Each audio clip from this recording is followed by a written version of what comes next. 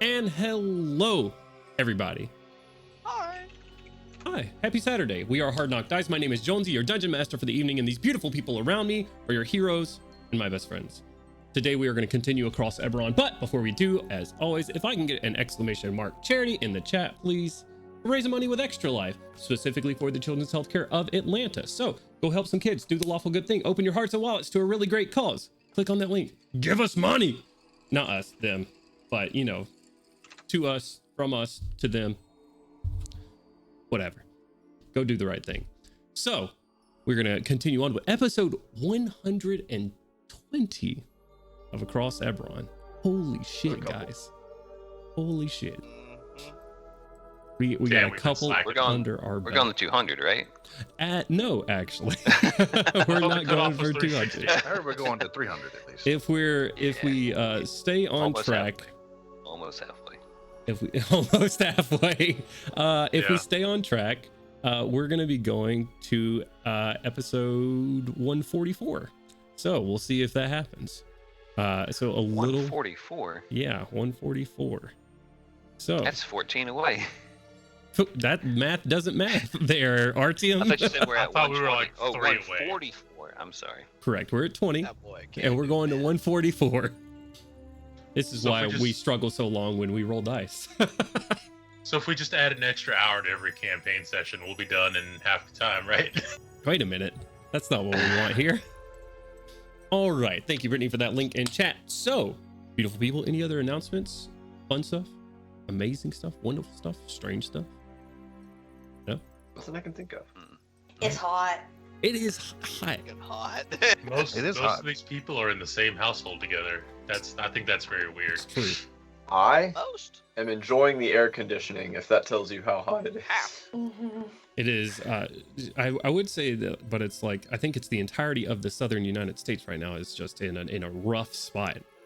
Anyways, so we are. Let's get started with our recap here. As soon as. Anyways, all right. Let's get started with our recap. Last we left off, our heroes, the Shining Vanguard, plus Brun, a newfound ally from the Underdark, a Duragar, a fighter, a known enemy of Zoriat. After teaming up, they are looking for Azur's mom, the Baroness of House Lyrandar, Ezravash de Lyrandar. They met with her cousin, Ezreal de Lyrandar, and an unknown son to Baroness Lyrandar. Azur was told to keep his familial relationship on the down low as to not cause any troubles for the house. So far, so good. We stepped into the Baroness's room last time, investigating the disappearance of the Baroness, when our party was sorting out and finding out that her personality was one of wanderlust, struck by constant wanderlust. And Brun, pushing the red button, found a portal into the plane of air, Serania, as some know it. And they landed on top of the ship of, wouldn't you know, an old, I want to say, ally or acquaintance or friend, but none of those words quite apply. An old person that they knew back in Shard. One that they had some interesting interactions with. One Pip McRorick, who jumped from the towers of Sharn to escape some of the Shining Vanguard's wrath. When she did, she slipped into the plane of air. That was a few months ago now, and she has been on a ship doing various and sundry things in the plane of air that have surely gotten her in no trouble at all. As her and her companion were making their way to Zod, their ship was assaulted with members of the Shining Vanguard as they splattered onto the sides and front and deck of it. And after a brief truce called between the Shining Vanguard and Pip, they made their way into the Nocturne Market, seeking out information on where this Baroness might be. Artyom did scry on the Baroness, which he found that she was in no distress at all. She stood atop a white marble balcony in a bathrobe, content, seemingly, with where she was. The rest of the Shining Vanguard filtered out into the Nocturne Market, finding their ways over to Fortune Teller's Row, to a puppet show, to an odd market with bits of nature and bestial parts being put into potions, as well as a tattoo parlor with some fortunes told, a puppet show given, and a tattoo given. That is where we're going to pick back up. Otto, you have put this in my hand, so if you hate it, it's your own fault. We Fair are enough. going to start back off, though, with the etching of this air elemental who is just now finishing up her work. She takes a rag, wipes off the metal shavings of this etched tattoo that she has into your armor. She brings some like mineral oil over it and cleans it as well. And then finally, like a clear coat over to protect all of it. On the forearm of your chassis, taking up essentially the entirety of your forearm, you see you'd asked her for freedom of body and soul. What you have etched into your forearm now, you have two humanoids, one smaller than the other, stand facing one another. Their fingers of one hand interlaced, a vine of beautiful moon lilies connecting their arms. One would think that the pair are parent and child, but they are both mechanical. Their physical size difference a metaphor of aging and gaining knowledge. The smaller humanoid is bright gold and effervescent white. The large is mostly dark shadows and has the traces of shackles on his legs and hands, save for the hand that the child touches, where a shattered shackle bursts from his wrists and the gold and white begin to create a beautiful ombre of colors that fade into the shadow figure. As you look at it, she tells you, "You seek freedom of body and soul. Innocent one, I think you are more free now than you ever will be. As we grow and we age, we imprison ourselves in beliefs and experiences, often the bad ones, and we lose that spark, that innocent that gives us real freedom. We have a saying here." As she stands you up and finishes your tattoo. "The thickest of clouds cannot slow a child's flight." Her airy face gives you a smile. "I hope you are satisfied with what you've been given today."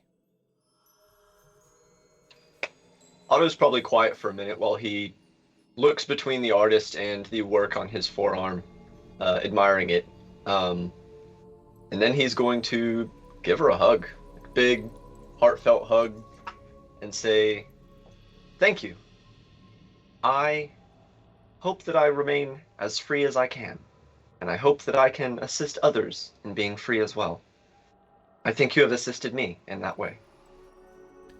She reciprocates your hug. When you squeeze her, she is made of air, so you feel the bits of cloud metal that adorn her body, giving it sort of a humanoid type shape. You see them squish closer to the center, but she reciprocates, and she says, "I wish the same for you as well. Good luck." We'll nod respectively and probably take a few minutes admiring the other artwork going on here before departing. Yeah. Tons of not- artwork going on, but go ahead.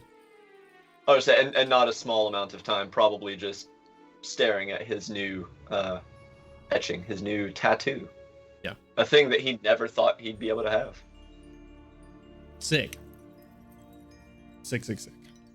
Okay, Shiny Vanguard, I'm not going to take up too much of your time here, but there are some places you haven't visited if you would like to.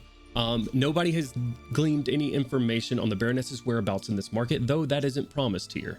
I would like to say some of the places that you haven't visited already. If you're keen to visit those places, please do so. If not, we can always reconvene at the airship, at the last one, Pip's ship. So nobody's really visited the Drift Globe Garden, which is the where the Drift Globes sort of float in the shape of stars, float above the food court for all intents and purposes. Different snack shacks lining the sides of this court. You visited Fortune Teller's Row. You have not visited Cosmic Cosmetics. You have visited Nature's Market. You have not visited the Kigurumi Menagerie. And that's it. So the Kigurumi Menagerie, Cosmic Cosmetics, and Drift Globe Garden are the three places you haven't visited. If any of you would like to visit those places, if not, we can pick back up near the ship later on. Up to you. first, before visiting anywhere else, Otto would be probably looking for his family so he can show off his new tattoo. Easily enough. I say between all the time that you've spent there, all 3 fortunes are done being told by this point. Your search for probably RTM running into the group of fortune told first. So Otto, you would probably see them in a group and sort of in the middle of the marketplace at this moment, regrouping. Zod is nowhere to be found at the moment. Pip. Yeah, if I come back up on Kaushik, I would very much like to get her to send a message to Erish. Kaushik, can you send a message to Erish? He has no idea. We just got sucked through a window and are now in a different plane. Yes, of course. I don't know why I didn't think of that before. Yeah, I'll let him know. And Kaushik will sending a message to Erish telling him I don't have my character sheet pulled up.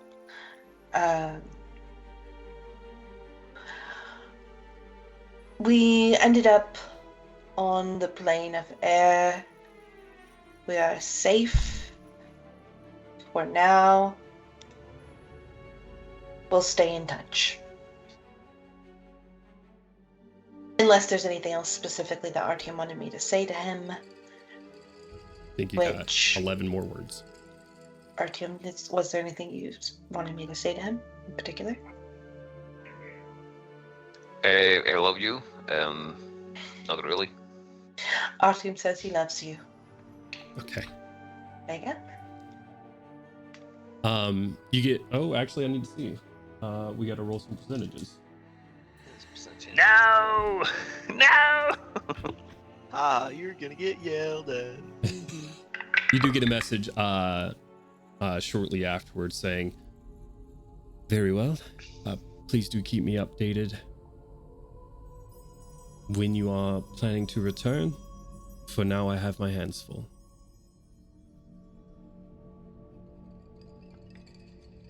Sounds good. Then the rest of your message comes through after RTM says, "Don't. I love him as well," and he finishes the rest. Winning. RTM, he says he loves you as well. Good. Okay. You as well, Kaushik. He finishes up his message with, Just us two. Yeah. Okay. So I did scry on that individual, and they're in some place with a lot of stone and marble, and apparently they're with some people who might be warring with the Jinns, and we definitely need to find out where whoever is in charge of a war with the Jinns is going to be. Correction. Did it sound like they were at war with the Jinn, or that they were at war with the Ifrit? Is there a difference? yes, there is. He did say the Ifrit. He said my Ifrit bad. specifically. Jinn are air, right? And then Ifrit are Fire. Right. Oops. Just wanted to make Yeah. sure I wasn't misremembering. That was a camp mistake. Pip, can I get you to make me a, let's just make it a retroactive perception check?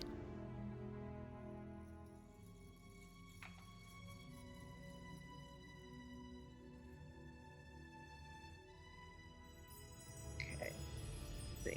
It was 15 on the dice, so 21. 21, very good. Is RTM sort of describing this place to you? The place he is describing sounds like the Citadel of Ice and Steel. You would know this as a place that, one, you attempted to rob its treasury, and it is what you were jailed for not too long ago. It is also the place where you were tried and convicted and sentenced to death. It's also the home place of Judge Judith, as well as a whole slew of Jinn. Wait, you're talking about the Palace of Ice and... What was it again? Palace of Ice and what? Citadel of Ice and Steel. Citadel. Wait, are you I, describing the Citadel of Ice and Steel? I don't know. Is it the place here that fits that description? Hi. Well, let's go there then. We already know where we need to be. I a bit of caution might be in order for it's not just, you don't just roll up and visit. It'll oftentimes an invite only. You might not even want the invite. What is it, like a citadel is still like a prison, or like a fortress, or what is it purpose? Hi. Yes. All of the things. Yes. Where's Sod? He left before we did, I believe. Zod is nowhere to be found at this very moment. That was the problem. Should he be back by now? I would have thought so. Well, what business did you all have here? He was supposed to meet a friend. He's supposed to meet a friend and have a chat. Being duplicitous is unnecessary. No, it's true. He was supposed to meet a friend and have a chat. Get a little information. He was About supposed to anything find the that may crack. be dangerous to That himself. was part of the information. We didn't think so. And this is peace. At the Nocturne Market, there's a peace pact. I mean, you hit somebody. Aren't you also supposed to not steal? In theory. So, like, the two rules this place has, you broke both, right? Today. Not both. Not today. Speaking of, does it really count? I mean, how long is a day here? Does it really seem to be a cycle? Good question. Uh, Just kind of like go with the flow. Yeah, there is no nighttime here in the plane of air. Like, there are pockets of darkness and thunderclouds, and this place is an anomaly in the sense that the plane of air is always lit. Hell yeah. Not this visit. Not this visit. Always lit. Anyway. The vibe's good. Immaculate vibes in Serena. Immaculate vibes. So what's your Alright. business at the Citadel? What do you We want have there? to talk to a woman there who seemed to be, at this point in time, very relaxed, very well taken care of, and happy to be at this place. So I'm guessing not a prisoner or a soldier. Oh, so if she has access to the treasure, then yes, she is very well taken care of. There's quite a bit of loot there. Yeah, so I take it you know more about this place than just what it's known for, then, if you know about there being a lot of loot there. My friends and I did make a visit. Once stole and a from half. No, we did not steal. We did not. Inside check. Yeah.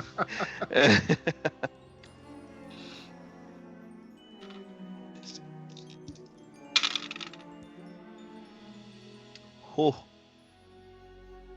I would just like to say that while I can be lucky sometimes, the universe does hate me because I rolled double 19s with advantage. Like, one of those couldn't have been.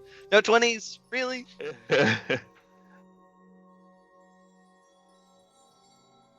Oh, no, she's not lying. They did not successfully steal anything. Absolute. That's the truth. Technically steal from them. We did not steal. You didn't ask if we tried. You asked if we did. Well, Does Peppa say? knowing a guest of this citadel would get us an audience. Nah, if we can bring Pip there, she can probably get this in. If she's been there before, she can go back.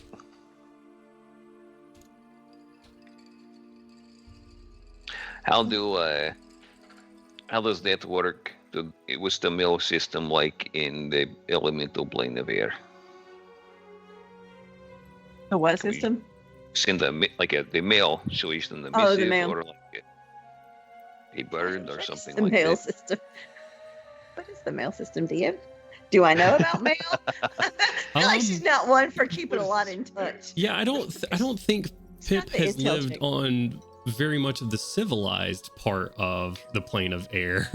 I don't think you've been using the amenities all that well, right? Like, if you agree with me, you've been on, for all intents and No. purposes, a pirate ship for the past while. So Absolutely, yeah. It was just periodical voyages off, little breaks here and there.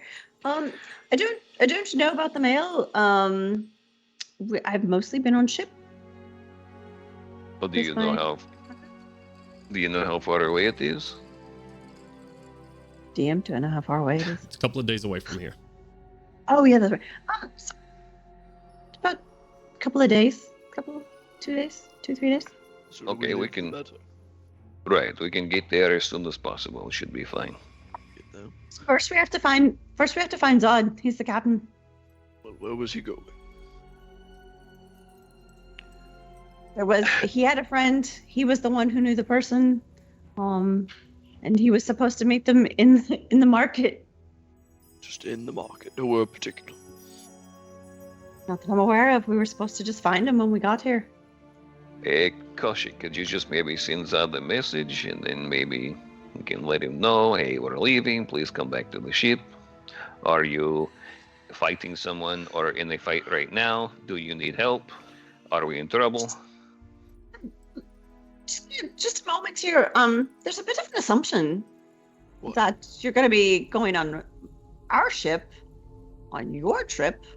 I'm not sure, how did we get to that place? We agreed to bring you to the market, but what would Because be in it it for behooves us? you for us to succeed. How so? Why? What? Because What's in it Zorath for will not us? stop on Corvair.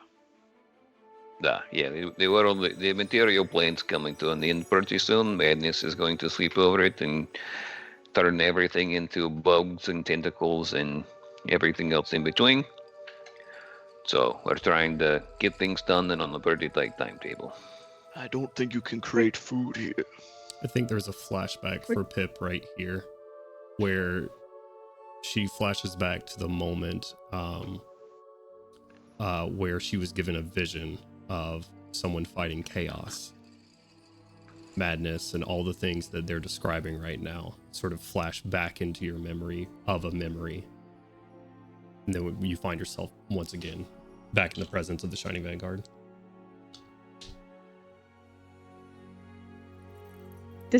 When is this happening? Few months. A few months. Hi. Okay, let's go. Let's find Zod so we can go. That probably just makes Artyom like more like, oh, you just changed your mind that quickly. Like, Sucks. what scheme does she have now? Okay. Insight check between players or between players. I don't even. Sure. Let's see if he rolls in that one on it. Okay. 24. 24? No, I mean the end of the world seems pretty flippin' serious, and when you said the material plane, she has her own reasons for wanting the material plane to not be destroyed, so that she took that seriously. Awesome. Hey, She didn't really do things in half measures either. Hey, Koshi, can you message Apparently. Zod, please? Of course. She messages him. Hi, we're about to leave. So we need you to come back to the ship. Are you in trouble in any way? Do you need any help? Are you fighting someone? I am in a fierce battle in Nightingale Hall. That's the end of the message. Oh, He Nightingale said he's in Hall. a fierce battle at Nightingale Hall. Pip? Well, let us go. Pip just turns and hauls butt. What is this hall? He's gambling. It's playing poker or some shit. It's a We're fierce doing battle indeed. super. So where did we meet up? So you guys met on the south side of the market, closer towards Nature's Harvest and the Kigurumi Menagerie. You guys are kind of in the center. You know that Nightingale is on the northern side of the city. Just running there. So Yeah. Shining she'll Vanguard plus a couple break out in full sprint towards Nightingale Hall, disrupting the entire night market here. That's fine. Bursting in through the tent of the Nightingale Hall, you look and there are tons of old people playing what look like rummy in the middle. You God see damn it. God damn it. you see Zod in the middle at a table with Ama,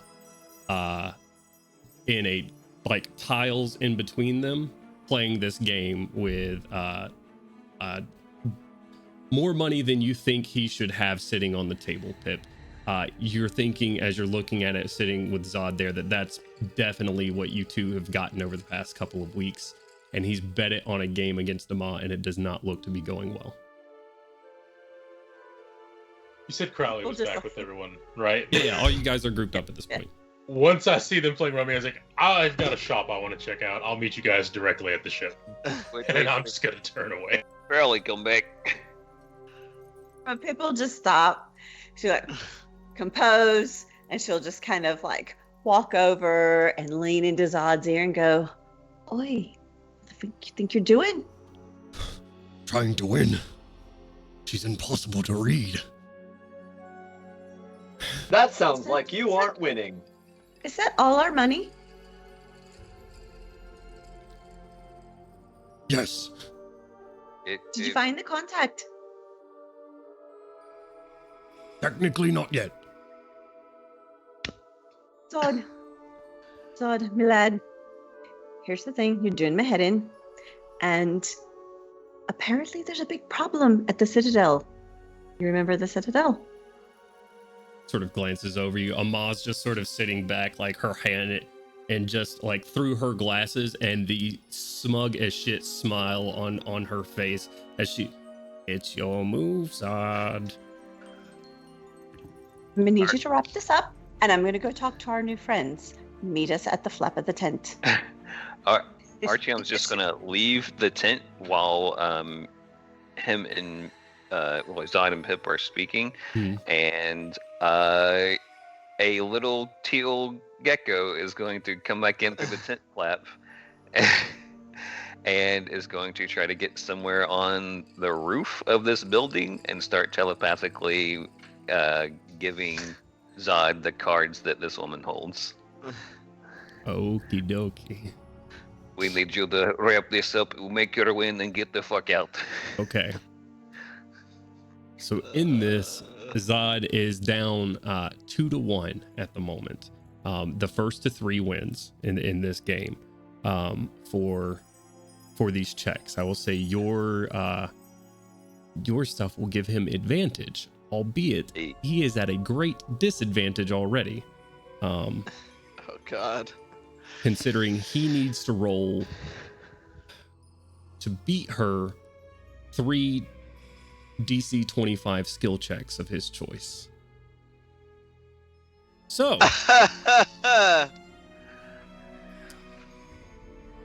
we're gonna pull up. He's a dragon. He's got like a few +10s, right? Right? He is human. That's just a dude. So we're going to Man. pull up his stat block and see what Crystal Dragons Oh have. no. Oh boy. So he has to do these with 3 different stats, to which he will do his 3 stats that he is trained in, with a perception at +8, stealth at +7, and a survival of +5. So you're giving him advantage on these, and he has to hit. It is his turn. It is his turn now. He has to hit a DC 25 on this with a +8, or it goes to Ama and she wins. So first check. All my money. Ouch. Your money's gone. No. First check at a +8 at advantage. I rolled a 13 and a 9. The 13 brings that check to 21. That's Oh my- What is the game. skill check being rolled? Blackjack. If only he had inspiration. Amal looks at him and says, and match, and scoots the gold pile over towards her, and it disappears into a twinkling of stars. Uh-oh, that was a lot of money. Pip's been standing at the flap of the tent, watching from the distance, and as she sees the look on Amal's face and everything, she turns to whoever Shining Vanguard is there and is like, "So, I'm assuming you're going to fund this venture, because we officially don't have any money." It would seem that way. Artyom will just tell Zod in his head, "You're really not good at this, are you?"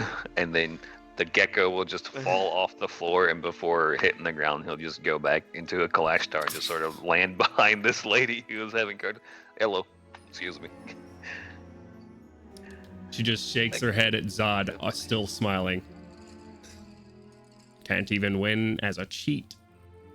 I know, this despicable. Okay, yeah. If you would excuse us. Pip, I'll make sure that you get everything you need for this journey. On me. Okay. Right. Shining Vanguard do got some dollary dues. You guys do have some dollary dues. Speaking of dollary dues, I don't know why that reminds me, but Crowley, you were sneaking away from the tent after you saw the rummy. Where were you heading to? I was going to the fortune-telling square. Okay. Absolutely. You look around the fortune tellers markets. There are, as we have described before, many different types of folks that are telling many different types of fortunes in many different ways. The people throwing bones, people doing tarot cards, that sort of thing. People with crystal balls. What are you doing? I'm actually looking more for someone like a shop for purchasing these kind of fortune-telling gimmicks. Okay. Anything in particular that you're looking for? Tarot cards. Tarot cards specifically? I mean, I think easily enough you could pick some up for some small trade. Yeah, I will definitely trade for some tarot cards. I'll look around and I'll find a deck that I like particularly. Yeah, I think that's pretty easily attainable here at this market. Just tell me what you're trading for them. Man, I got this nice shadow puppet that means nothing to me. I'm kidding. What's up, you?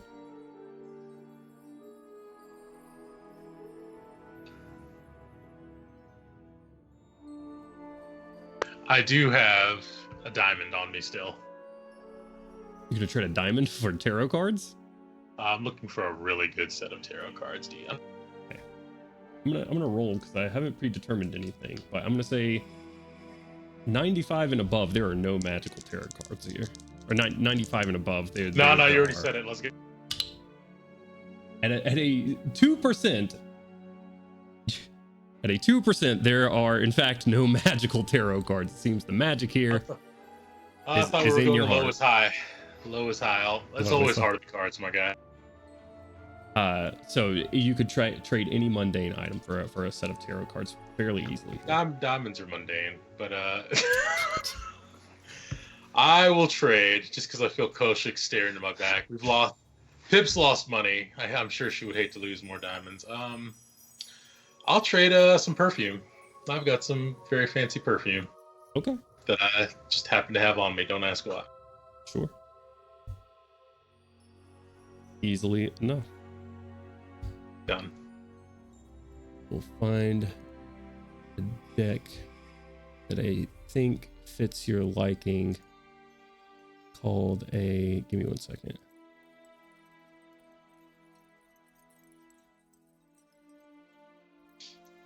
Never mind.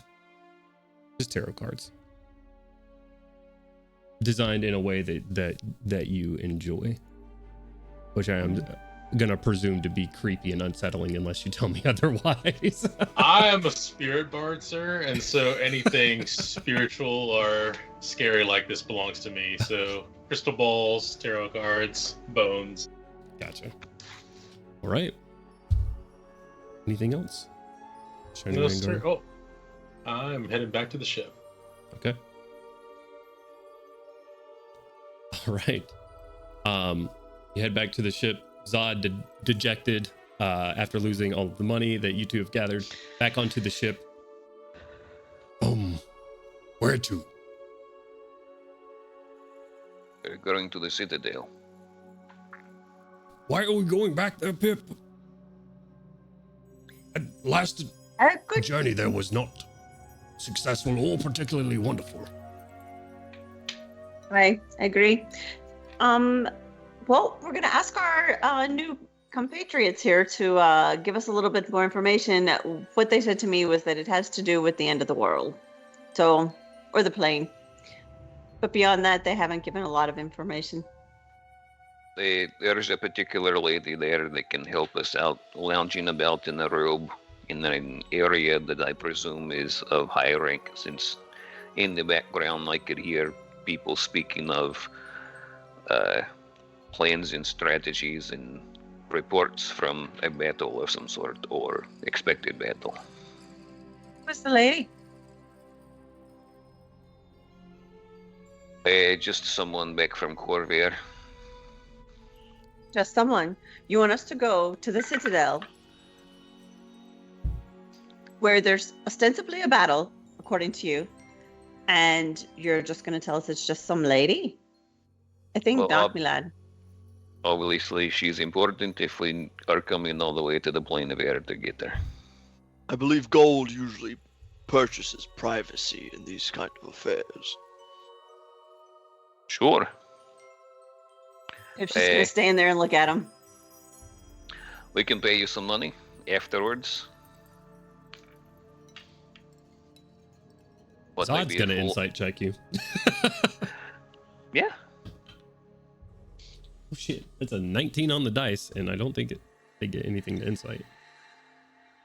I think for just saying that she's like a powerful lady, I think I rolled a deception check on that one without to try and just keep it on the down low. With a 21 total. Okay. Make sure that he doesn't have anything to add to this, and if not, then you will win that contest. But if it's for paying them gold, sure, I'll give them gold. It is on paying them gold. That is why he was Okay, yeah. inside checking. I don't mind giving them gold. Just Okay. not going to give it to them before we leave, because backstab once. Right. It's like sort of picking up on that bit of worry that of treachery. Zod will negotiate. So, Half now, half when we're done. Does that I sound can fair show enough? you. I can show you money that I can give you now, and then can give you the rest after we're gone. This lady already stabbed us in the back once, so the trust is non-existent. Well, I haven't, and I'm your good friend Zod, so if you would please do consider half now. You know what? 1,000 gold sounds good to me. I'll give you 250 and keep her whole share and your other half till afterwards. How about that? make a persuasion check. Natural one. Oh boy.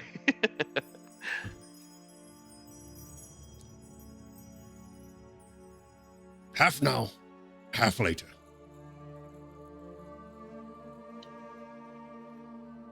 Are there any other boats here? I'm assuming this is the only one. I mean, no, there are other ships. This is a market. Brune will front the half. Brune will front the half. Brune will front the half. I'll do the two. We do not have time to the other two. parlay over the menial cost of transportation. So, Brune will give 500 for this first half. Okay. Okay. Will transform because they showed her a picture, right? And she did the transfer. She'll transform. She'll change into the woman's face and be like, "Is this who we're looking for?" That's the one.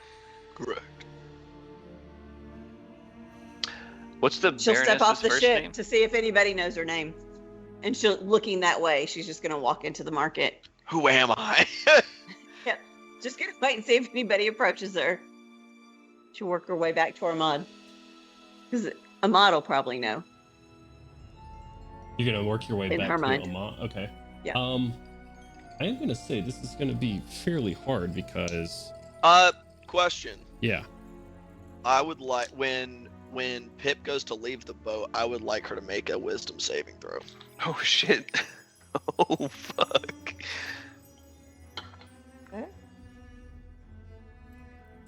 That is DC 18. Oh my goodness. I have a 20 con. Well, I'm not gonna make it. I'll go ahead and tell you. Oh, hang on.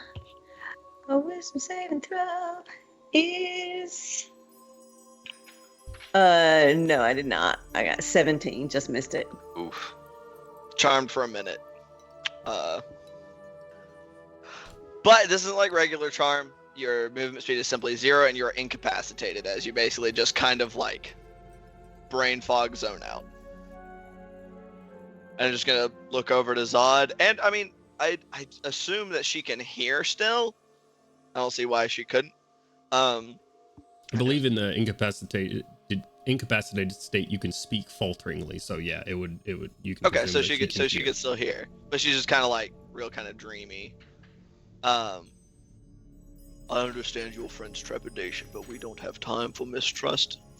More discussions to be had, then that could be had on the way there. I would like you to make me a charisma saving throw, Brune. Okay. So let me click that. A charisma saving throw? Correct. Alright. Okay. Not super great. Could be better, could be worse. Is this to avoid or end a charmed or stunned condition? To avoid or end a charmed or stunned condition, no. Okay. I'm So going make to sure double I do check have on the to- wording of something really quickly before you roll. Just real quick. Because it might, I don't think it's a charm effect, but it might be. No, it is not. Okay. 6. It is an abjurative effect. Oh, okay. All 6. right. I super failed. As when the magic hits Pip and he begins talking, the rest of you will see Ama appear on the ship as you have not left the night nocturne market. As she hits her staff on the ground, Brune is slammed against the side of the ship and thrown out of it and out of the market. Brune, you're going to take 5, 11 double ones for 13 points of radiant damage as you are ejected 300 feet outside of the market and are now falling through the air. What are you doing? Oh, I thought There's we nothing were I can still do. on the ship. I can just fall. There's literally 0 things I can do unless it's to try to grab the ship as I fall or as I go past.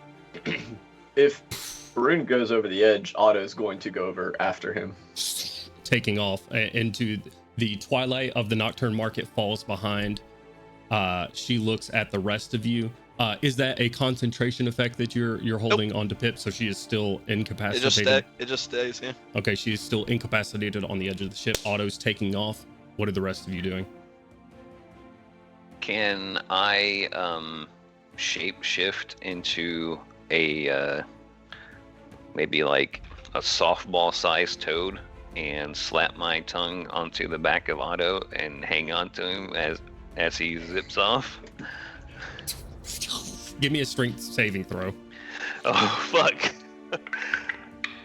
A 15 and whatever a frog's strength is.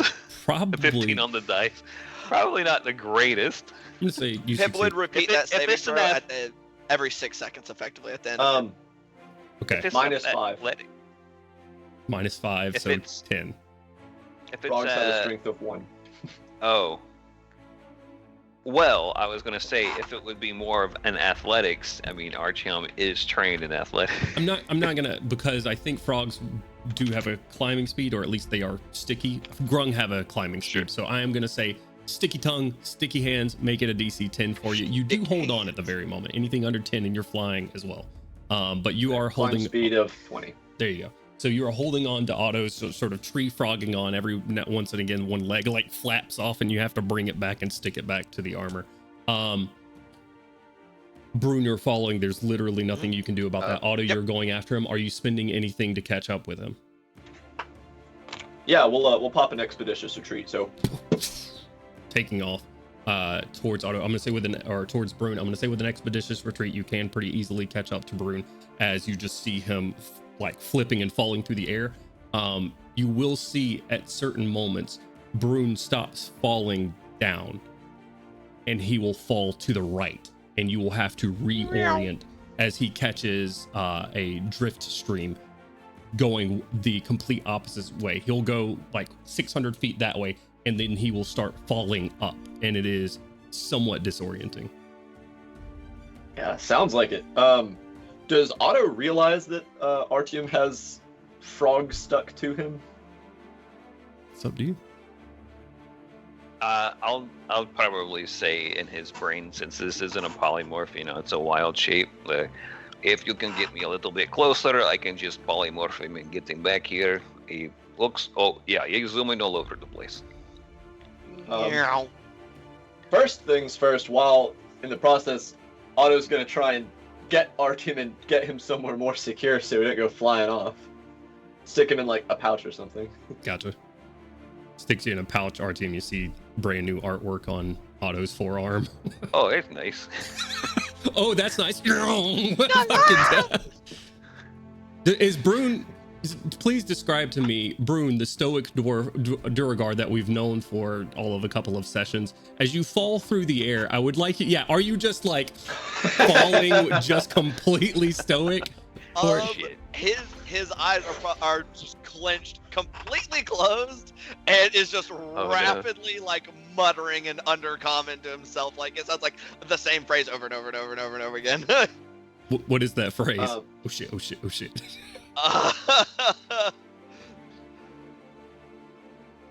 Probably. Okay. Yeah. Okay.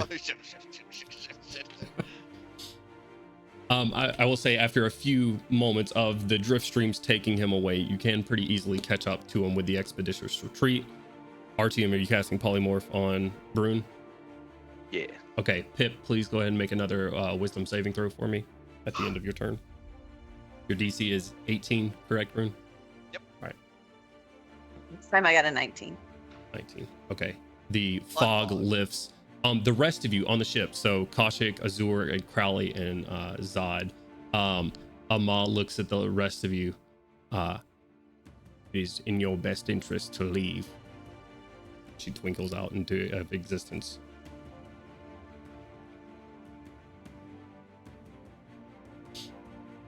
Pip will do an about face because she's not messing with them all.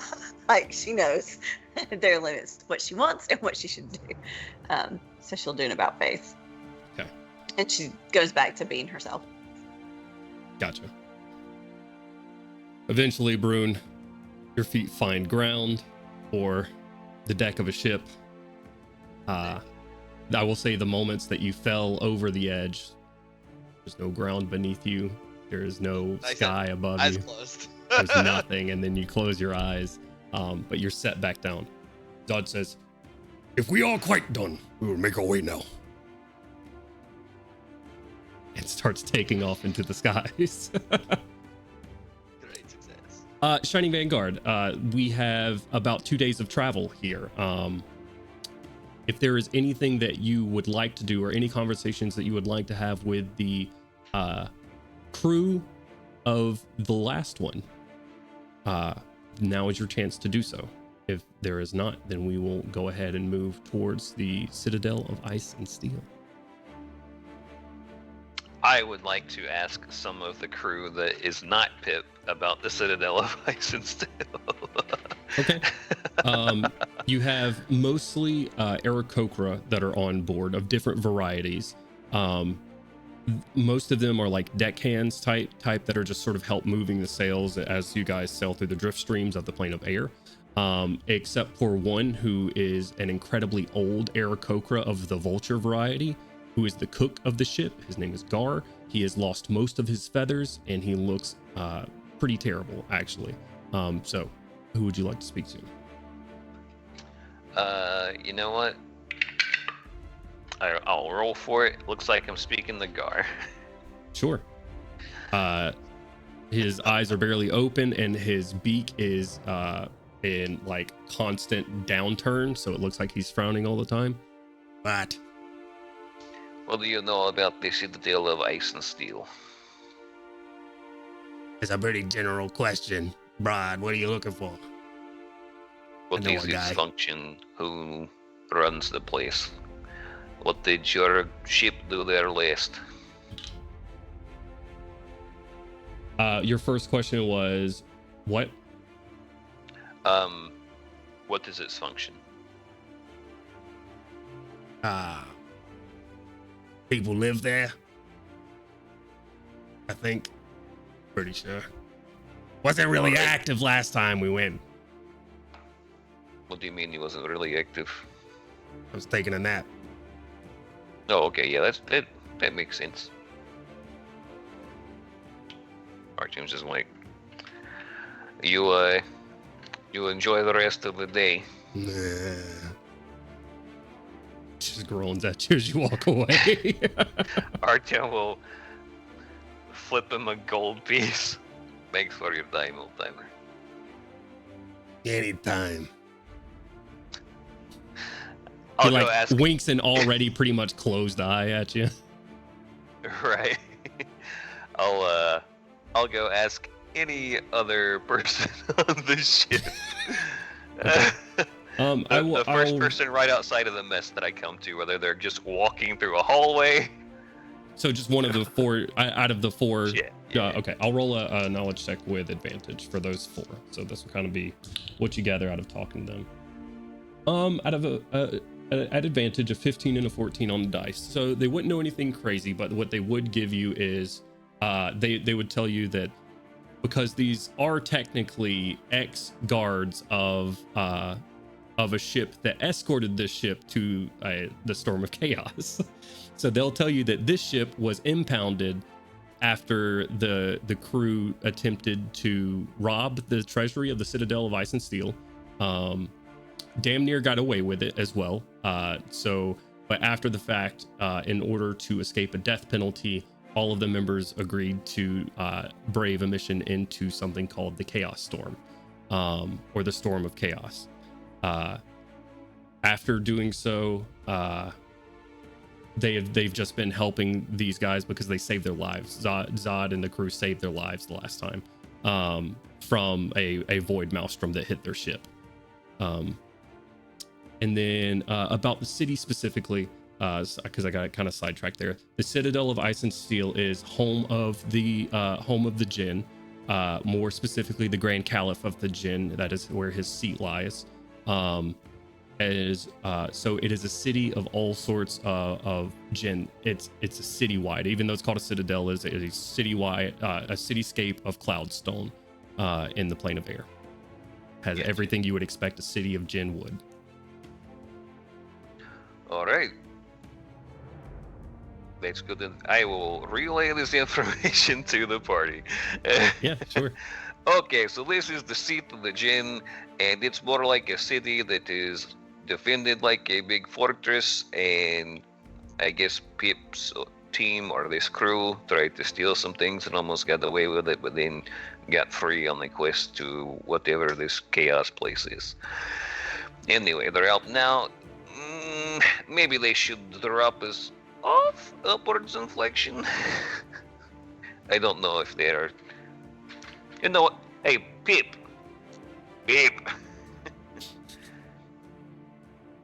Oi. Be honest with me. Are you still wanted in this place? Wait, no. Okay. That's I'm why going we did. Yeah, we did the I'm going thing. to trust you. Okay. She goes back to bosoning. fixing Bosuning. stuff on the ship. Yeah. She's like fixing shit on the ship. All right.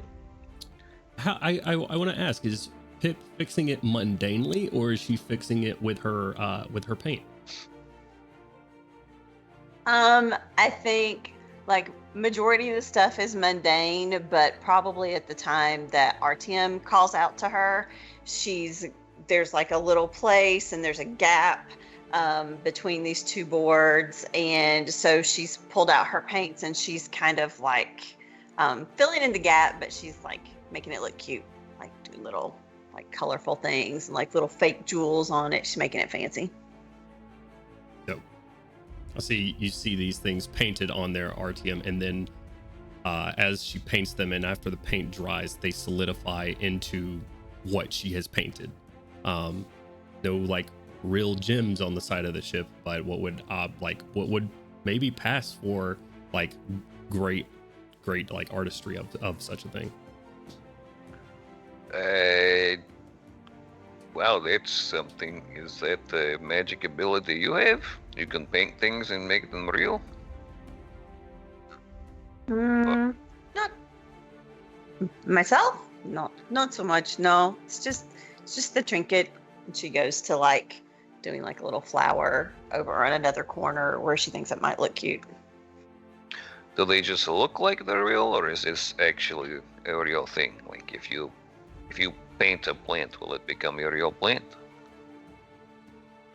I mean, define real. I mean, it will exist. It won't be alive though. I mean, if you plant... Oh, okay, so... If I asked you to, like, paint a plant that I know could help with a particular affliction, could I then use it in alchemy? Never tried, to be honest. I could give it a try.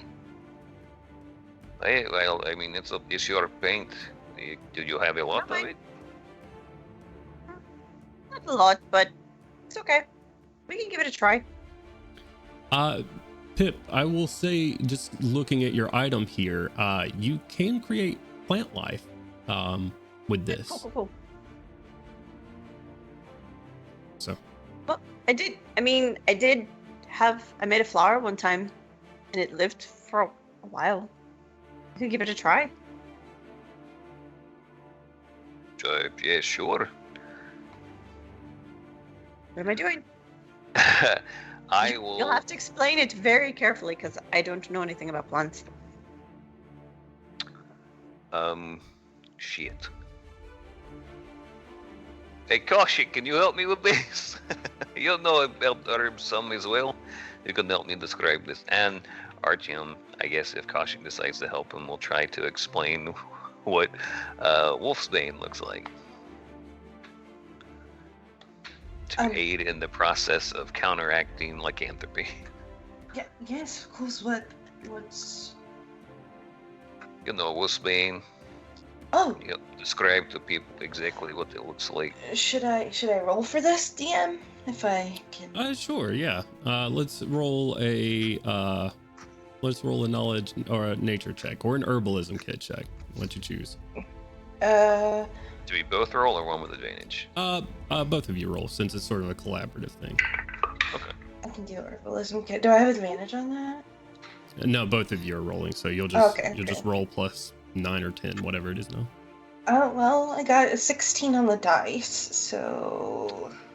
I got a 15 on the dice, and I presume our bonus is the same. 5 plus... What's our proficiency bonus? Is it 5 now? Oh, so 15 and... 25 and 24? Okay. Yeah. I mean, I would say...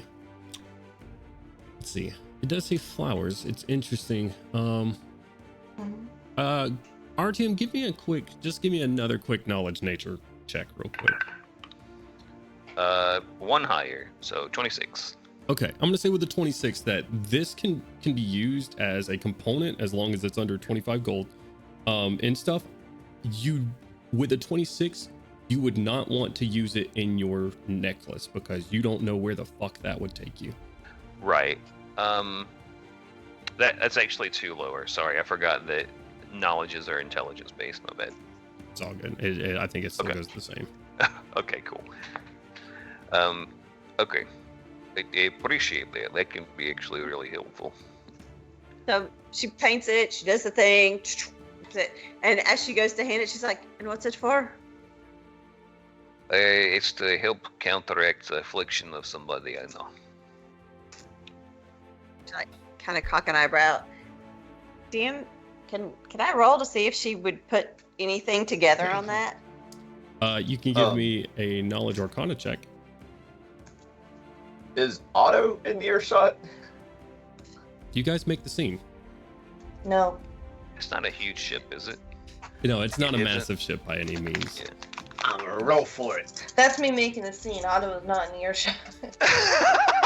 Otto is extremely in earshot. Otto is like 10 feet away. Koshik reminds Otto that he doesn't have ears. So. Auditory receptor shot. He said Otto literally has earshots. He shoots for people's ears. Yeah. DM, what would I roll for Otto to know that Wolfsbane's like primary function would be to counteract lycanthropy? Knowledge arcana. What was your roll, Pip? An 8? Make him do a knowledge nature. I can also do that. He's good at arcana. He's probably not as good at nature. Why are you trying to stop him? 27 on that knowledge nature check. Yeah, I mean, I'll say that Wolfsbane does have a lot of uses in like traditional holistic types of medicine, but in I was just gonna say in reference to an affliction, as he had said. Right, but with that, like an arcane based usage for an affliction, lycanthropy is typical. Oh my goodness, Uncle! Who is a lycanthrope? Archamp's just gonna look right at Otto. Otto looks like surprised, like, what? Oh my god. I cannot say. Oh, Just give you a goes ahead and hands it to him, and she'll kind of look at Koshik and Artinum and go, I don't mind to make it, but there's only so much paint. Sure. And then she'll let go and turn back to Losinine. You could also, I don't know, could you make diamonds with it and just sell them? You can buy more paint, make more diamonds? They're not real. It seems to only make things that are like kind of cheap stuff, small things. I can make a diamond and it might pass if you don't know what you're looking for, but if you looked at it and you knew what you were doing, I can't really buy anything with it. Nothing really important. That's a shame. Well, at least you can make this. This'll be good. Thank you. Fine. Okay. Is there anything else you guys would like to do for these 2 days at all? Yes. Yeah. What's up? I'm going to cast Contingency, Okay. and I'm going to have a level, I think it's up to 5th level, right? Yeah. 5th level Cure Wounds ready to go for when I touch someone and say the word. Which I'll come up with later. Okay. Contingency Alright. for a 5th level cure wounds to go off when you say the word and touch them. Yes. Okay. We'll have to definitely figure out what this word is, because I'm waiting for you to accidentally say bubblegum to somebody with your hands on them, and It's they pumpernickel. Pumpernickel. Just Okay. kidding. Like All right. bologna nugget. Wait a minute. All right. Something you'd never say. You cast contingency with that, with those words on it. Is there anything else anybody would like to do? Is Broom looking noticeably, like, not happy to be here? Is he looking airsick? Oh, he probably doesn't look great. He's probably doing everything in his power to remain away from like the edges of the ship, from like infinite expanse. He only started trying to prep himself for having a brave face for the rest of the underfolk like less than 24 hours ago, and so now he's in a place where all you can do is fall, and he did fall for a little bit, so he's just like trying to, and we're gonna have to leave the ship, so there's the possibility of that kind of shit happening again. So he's trying to center himself. Can Otto make an insight check to realize that you're nervous? Nervous is probably not the right word for it. Just like almost like unsettled. It's more of a unsettled at like lack of control over that particular like thing. That is not something that he can directly like confront. To pick up on the fact that he's uncomfortable, I guess, is what I was getting at. Yeah, would that be obvious, or is he trying to keep it on? I'd probably not like just at a glance. Like I said, he's a pretty stoic guy, but it's super hard. I think a 17 would notice. I'd say probably like a DC 15. Oh shit! Hey, you got a 16. Yeah, Otto will walk up and put a hand on your shoulder and be like, "Don't worry, friend. If you go over the edge, I will catch you again." That is quite reassuring, young Otto. Thank you. There is quite a distance to fall, so there is plenty of time. How? Does seem to be without end. So that is plenty of time, as you say. How fast does this ship travel? It depends. It is very much based on the drift stream that you are in. Sometimes you guys are moving incredibly fast. Sometimes not so much. You're more at a cruising pace. It is very much like a ship on the sea. It is based off the winds you are in. So, in theory, if we were to be flying creatures and we were to get into like another or a more quicker drift stream, that speed increase would also affect the flying creatures as well. Maybe not as much considering the like surface area of the wings and everything, but potentially. All right, Broom, I'm going to have to help you out here. I will say to him mentally. I know you don't like being in these open spaces, but I feel like you're the type of person that when there is something bothering him, meeting it head on will remedy that whole thing. If meeting it head on is in a way that means I can confront it rather than simply exposure. Well, maybe it's just some training for the future. Elaborate. Well, you know, I can change things into other things. Right. And I don't imagine you've seen too many birds up close.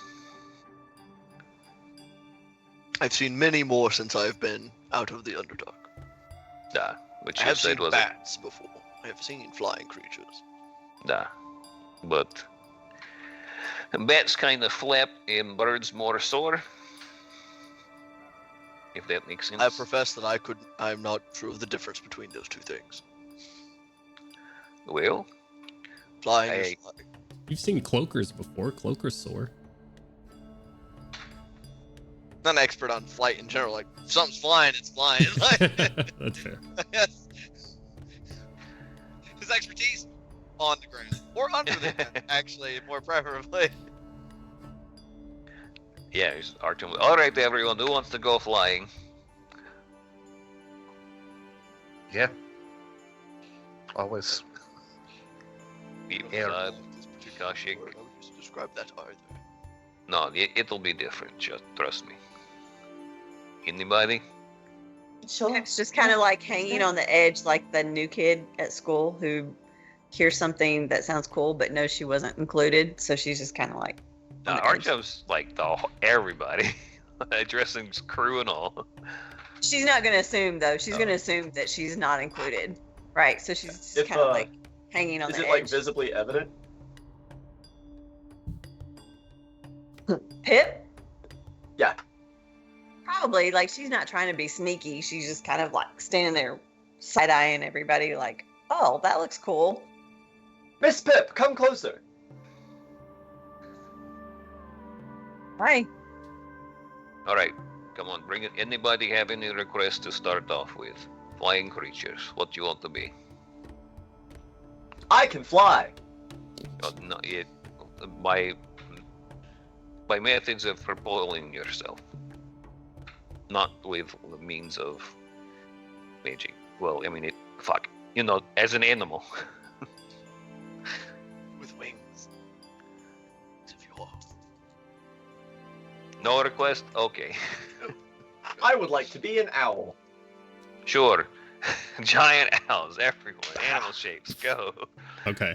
You cast giant owls on everybody that would like to be included. You guys take off into the drift streams, or do you? Baroon specifically. Just an owl sitting on the deck like, He just stands there for a minute. He just kind of like, click. That's like the weird way that owls kind of like waddle walk. Oh yeah, you know when they fucking like extendo leg out and they like run? Yeah. Oh dude, Yeah. owls are creepy when Extendo they legs. move on the ground. Yeah. He does that probably for a few minutes before eventually, like, assume being harassed by Archimal would take flight. Altium. If he takes more than 60 seconds, or did he? Is it Roll more than a 60 2 seconds? on a wisdom check, so Oh. or wisdom save. He's just like, I will send him a mental message to say, okay, don't be mad at me for this later, but what do you I'm going to thorn whip him upwards. Thorn Whip does damage, right? Yeah. Giant owls don't have a ton of HP from relatively recent experience with that giant owl. I rolled 3 2s. Okay, they have more HP than that. And do I add wisdom to that? I don't know. Well, even if It's I do just- add, it's I'm just sure they have it's- more than 11 hit points. They do have more than that, yeah. You are ripped skyward. Oh shit. Okay, wings out into the stream like this. Just gotta go alongside it. Okay, come on. You go along with it eventually. Just take some prodding. When Go ahead. he's in midair for a few seconds, I will go ahead and change him into basically the same owl but a different color so that he doesn't like bleeding. So that he doesn't like what? So that he isn't bleeding, because you can refresh the hit gotcha. points. every Okay. round. I understand now. Okay. So back into owls after a bit. Soaring through the air. Whoever cares to join RTM here, the group, as it were. Is Pip included in this? Yeah. Okay. So Pip, you He's are a up willing here. creature, so if she was targeted and willing. I could take an action and un-owl me in the middle of it. That's a question for RTM, not for me. I mean, I if she wants to, like, I don't know, does it have a saving throw? I think it's just willing creatures, right? I think it's just willing creatures. Yeah. Right. So So if you she become gets unwilling, do you just? Yeah, I just meant like you're not gonna like let me get off the boat and in the air and then just be like, just get it. Oh. No. Ah! Our ship now. After a while of soaring, you all, this pack of owls, sort of staying with the ship, you are joined in the air with a young crystal dragon flying next to all of you. Similar. At one point, land on his horn. Clutch on the horn for a little bit. Take a break. I believe he can speak telepathically, if I'm not mistaken. Yeah, if the crystal dragon comes up, Archon will definitely be like, hey buddy, how's it going? We're just having a good time here. You're cool, right? Yeah, I'm the Maybe we have coolest. seen You'll him hear. depart the boat to become his dragon form. He actually does. Oh yeah, no, he does have telepathy. So, I'm the coolest. he'll say back to you, and then with a, I mean, if you can make me a perception check, I'll say DC 10. He probably sees Zod just sort of step off the edge and join you up Oh, here. Yes. Word. I didn't know if he, like, dipped out of the window under the ship, plopped out, and like, oh, I just came out of the clouds. Whoa. You guys have given him 500 gold. He's pretty cool with you all right now. Otto, for his part, is probably like relishing again in the like organicness of his being. So like kind of flying away from the group and then back to the group and just enjoying being an owl. Absolutely. Probably really fucking bright. Yeah, owls are And I'm like, nocturnal birds. Oh God. Flying around with his eyes closed. That's In that case, Shining Vanguard flying around together on the ship. Next couple of days go by fairly quickly and without incidents in the plane of air. Seems fairly hospitable compared to a lot of other places you might have been. way So nicer than the Plane of Madness. it's a Way pretty more friendly. cush gig comparatively. Pretty cush gig. Compared to the Underdark and compared to that maddening realm you guys found yourselves in not too long ago. So I'll give it a good Yelp review. 5 stars, plane of air, Serrania, nice. Pretty cool. Just a bunch of owls taking a selfie with the sky as background. You'll fall for it pretty quick. Oh god, just cheesy postcard line right across the front. Oh man, yeah, you guys picked that up from just some air elemental who's selling in like an air booth right there on the side of one of the drift streams. It's like way overpriced. It's like 5 gold for just the picture and the postcard. Perfect. All right. I will gladly play it. Yes. Did you guys soar through the air on the you will get there on the morning of the 3rd day of travel. Beneath you see a beautifully carved city of cloudstone. This white marble with white stone with gray marbling throughout it. Whimsical and intricate in design, the streets themselves pure artwork and engineering, just melody of the city working like put together. It looks like an art piece itself. The buildings themselves very much the same in the various curves in architecture. It looks like the entire city had some of the best craftsmen in the world chisel it inch by inch. You guys come to the side of this place. You are not greeted is the word, but you are stopped by Jinn guards. Blue in their skin tone, humanoid in their top form, wind for their legs. Several of them carrying weapons, mostly polearms or swords, dressed very finely, but very similar, the guards are. They take a quick glance and they look fairly hospitable at first, and then their eyes settle on Pip and Zod. And that's where we're going to go on break. I thought y'all were cool here now. What happened? Let's just be cool. Be cool. Hold on now. Wait a minute. So thank you guys for joining us. Thank you guys for playing with me. We're going to take a quick break. We are ending a little bit early tonight because we got some friends in town. So grab a drink, grab a bathroom break. We're going to be back. Yeah, that guy right there. RTM's in town. So we're going to hang out. Much love. Don't go anywhere. Drop a follow if you haven't yet. Bye. See you soon. And hello, everybody. We're back. Hi. It's us, all the same people that you were just watching, like 15 minutes ago or something. We are Hard Knock Dice. We're going to continue across Eberron. Exclamation mark charity in the chat to go do some good. We started off in the Nocturne Market, searching for the Baroness. They got some quick information after RTM described what he saw in his scrying. Sounded very familiar to Pip as she was imprisoned there not too long ago. After describing it sounded like the Citadel of Ice and Steel.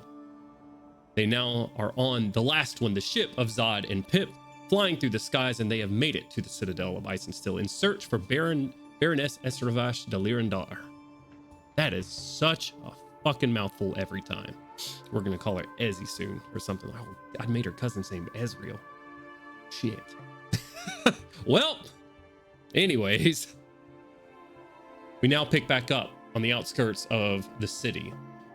Jinn guarding looking out for this port of entry, if you will, for ships coming in, seemingly amicable at first, welcoming them into this beautiful masterpiece of a city until they realized what ship it is.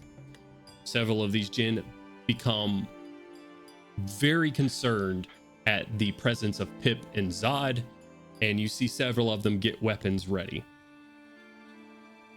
You are on patrol, or you are on parole, rather, not patrol. Parole. I'm not sure you should be in the city. Hey, oh wait, is that a rule? You can't come into the city if you're on parole? I don't know. She didn't give us any instructions. She just said what to do. Who is she? Judge Judith.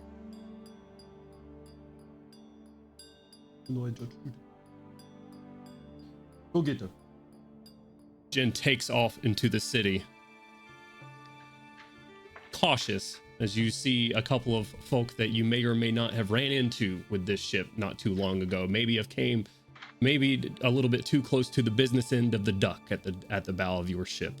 You have seemingly given these guards a bit of worry and PTSD from the last one that attacked the Citadel's treasury not too long ago. You are very well known in recent memory. A short wait later on, a hawk variety Aarakocra dressed in black robes lands on the bow of the ship. A very stern looking hawk, bright yellow eyes, her sharp yellow beak. What are you doing, Pip?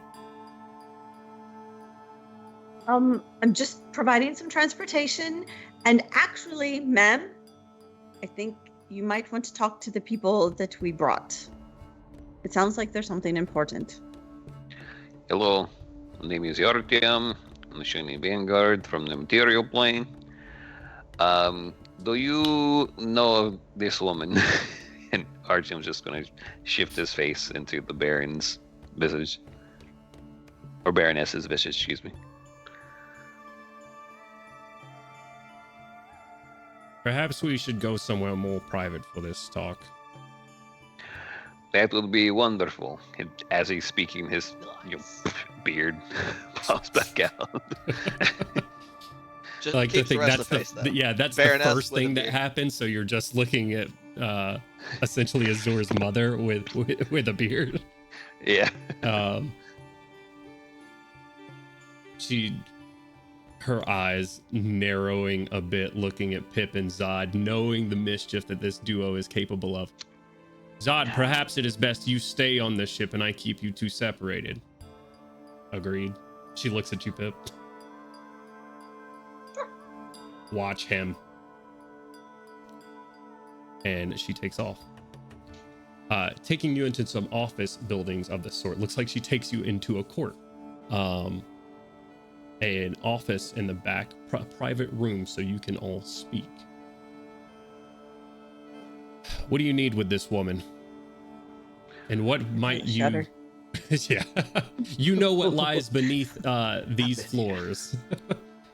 And you walk past the courtroom where you were sentenced to die not very long ago. But as she's looking over all of you, what could you possibly have to speak to me about? And what do you need with this woman? Looks like Kent's internet is not doing very well. Oh no. He looks so scared. He's very scared of Judge Judith at the moment. Am I in a freeze frame? You're good. You're good now. You were for a second. now you're back. Now you're just Hey. pixelated. Cool.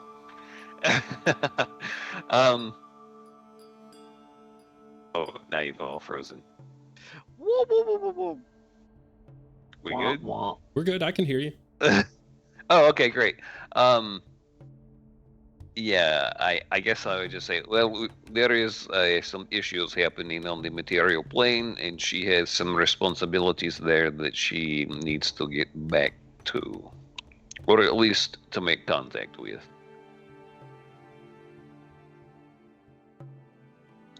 And you are her messengers? All of you? We are people making sure that she's not in some type of trouble.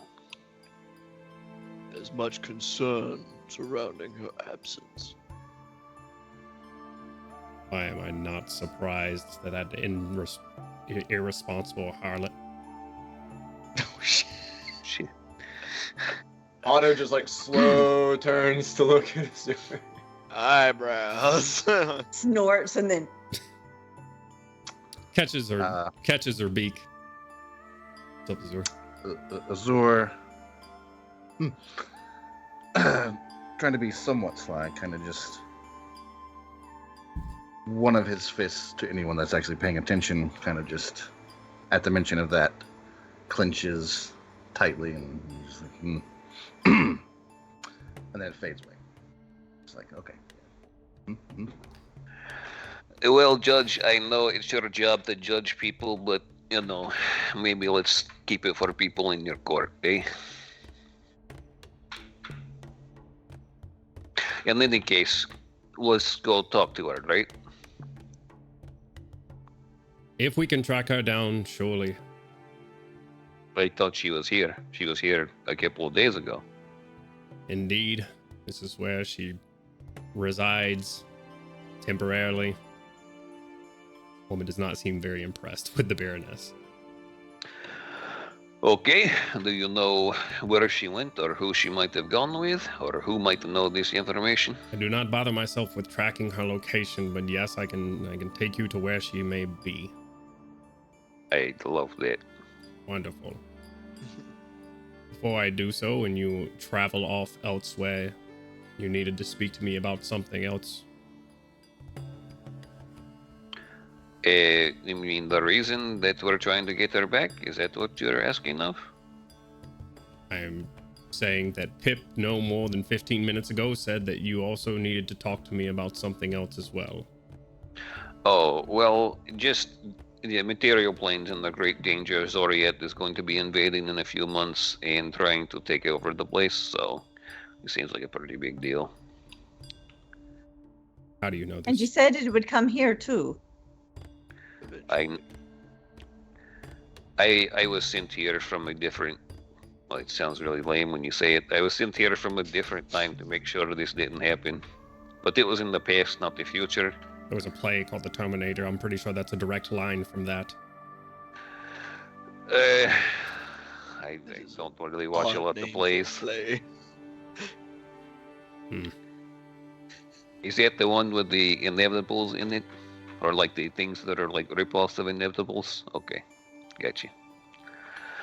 In any case, yeah, my whole purpose is to stop this from happening. So you're not gonna get the guy in your corner as fervently as me. So what do you know about this? It seems like you were privy to this knowledge beforehand. If your purpose is to stop this, then our purposes align, because I am part of a group that protectors of this realm and all other realms against chaos. Your Zoriat madness. All right. Well, looks like we just became really good friends. Let's have a discussion. Really good friends, and you are the bearers of terrible news if you are correct. What proof do you have? What invasion sites have you seen? There is a manifest zone outside the passage in the material plane, if you're familiar with geography there, and the seals that are holding them back are deteriorating. We had to travel to Zoriat itself to refresh one at the cost of an archdruid's life. The whole time that Artyom's talking, Otto will step up and use Minor Illusion to kind of show flashes of like the manifest zone, the plane of Zoriat, the threat they face there, and kind of add a little bit of verisimilitude to what he's saying. I'm going to say for the first time, one of the first times, the Shining Vanguard does not feel judged as they're trying to explain that the end of the world is coming.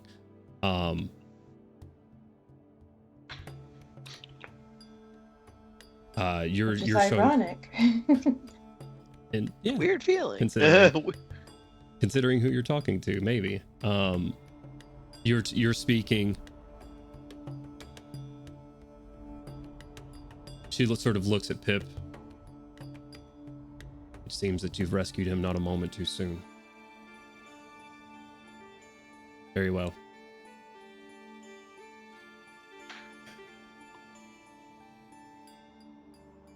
At a loss for words, she says, I'll take you there quickly, follow behind. And she starts to walk out and then wait outside. Pip, can I speak to you for a moment?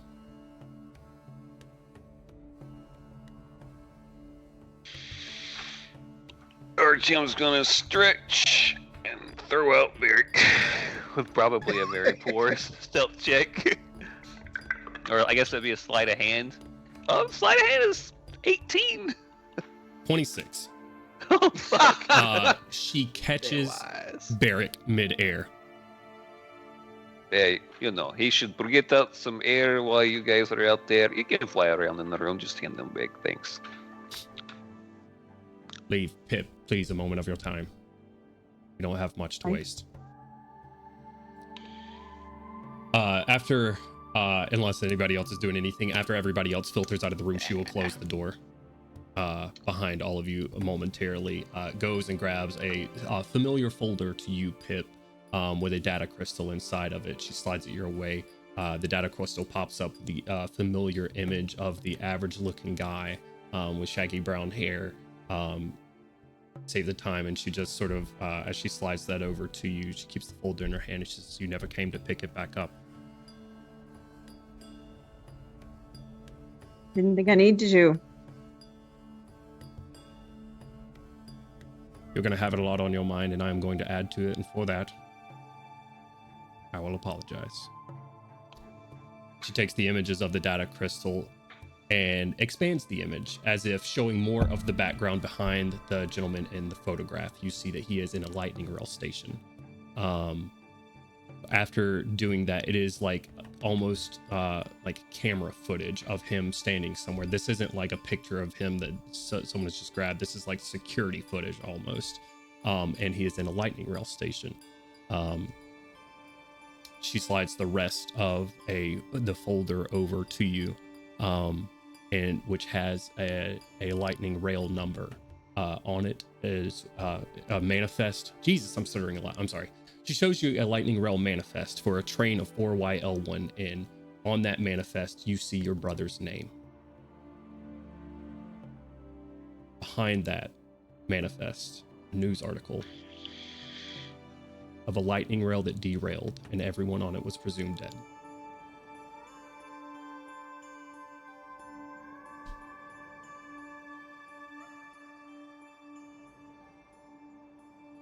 The date on the news article is about a year ago.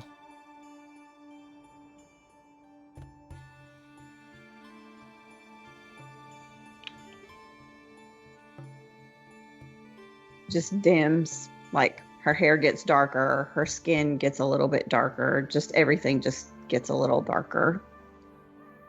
And her jaw sets. A unfamiliar to commiseration talon lands on your hand, so it is very hard and very pointy and very not comforting, but she's trying. As one wing of that talon finds your shoulder, and then one wing falls over you and sort of compresses you into her. And she says to you, not everyone was found, so not all hope is lost. But you deserve to know. You lied to me. You said he'd be safe if I did what you wanted. And I did what you wanted. But this is old. From before. I know. I lied to you. I did what needed to be done. I hope you can see why. Soon. Because if your friends are telling the truth,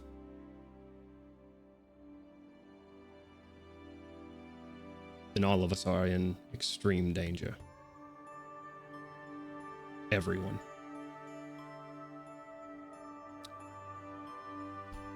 The wing quickly snaps off of you.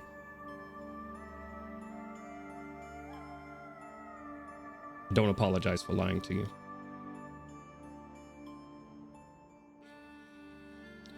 did this? Who caused the crash?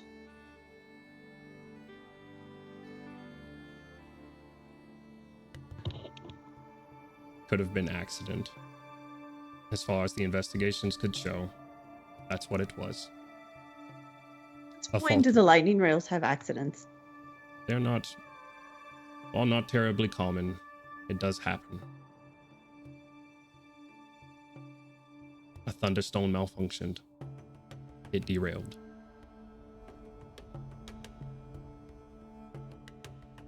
We've already established that Otto is pretty freaking knowledgeable about how the lightning rails function and all of that. If Otto was in the room, then you could have your check. Unfortunately, Otto is nowhere near this right now.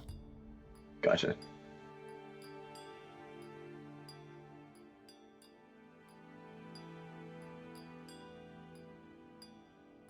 Unfortunately, I can't give you a lot of time to process. I need to go, and I need to lead your friends to where they need to go. I'm summoning Exelos here. She turns and she leaves the room. She leaves on the table the folder, the data crystal with your brother's picture in it, the train manifest, and the news article. We'll scoop it up and stick it in her little side pouch. It's all tucked away. Okay. And just turn around and walk out. Gotcha. Storming out, Pip, Judge Judith, shortly in front of her, starts leading you through the city and to the Citadel of Ice and Steel proper. You guys are let through, although there are quite a number of Jinn as soon as they see Pip get on high alert when she is nearby. But you are all led through the city and to the Citadel proper. After speaking to some guards, you guys are led through a large marble, I say marble because that's what it looks like, but a large cloudstone palace. You see in this palace that there are fountains. There's no water or no ground to pull water from, yet these fountains stream endlessly pure water from them. The reliefs in them looking very lifelike, depicting Jinn in battle or just a Jinn standing on treasure. You're led through here and coming up to two large cloudstone doors, intricate gilding on either sides of them, two Jinn standing on either sides of the doors. I need to speak with the Caliph, and so too does this group. If you would, please allow us entry. We will make sure he's ready. Stands around, goes into the room behind him. Sort of a groan comes from Judge Judith. A moment later, they open a door. The Jinn shakes his head and says, "We'll see you." Pulls you guys into a large hall. It's like pure decadence of this cloudstone and more like artwork across the ceiling that paints the sky itself.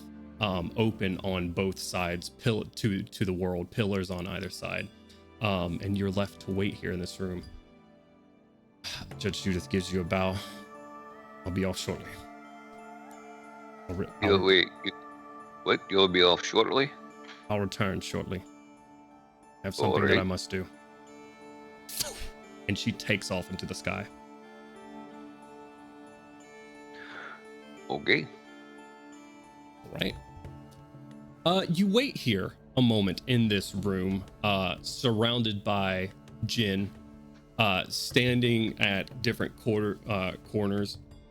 After a few moments, a tired-looking Jinn, smaller than some of the others in the room, but he has like large, deep bags under his eyes. He looks like he has been working for the past 40 years of his life. He looks like he has not gone home.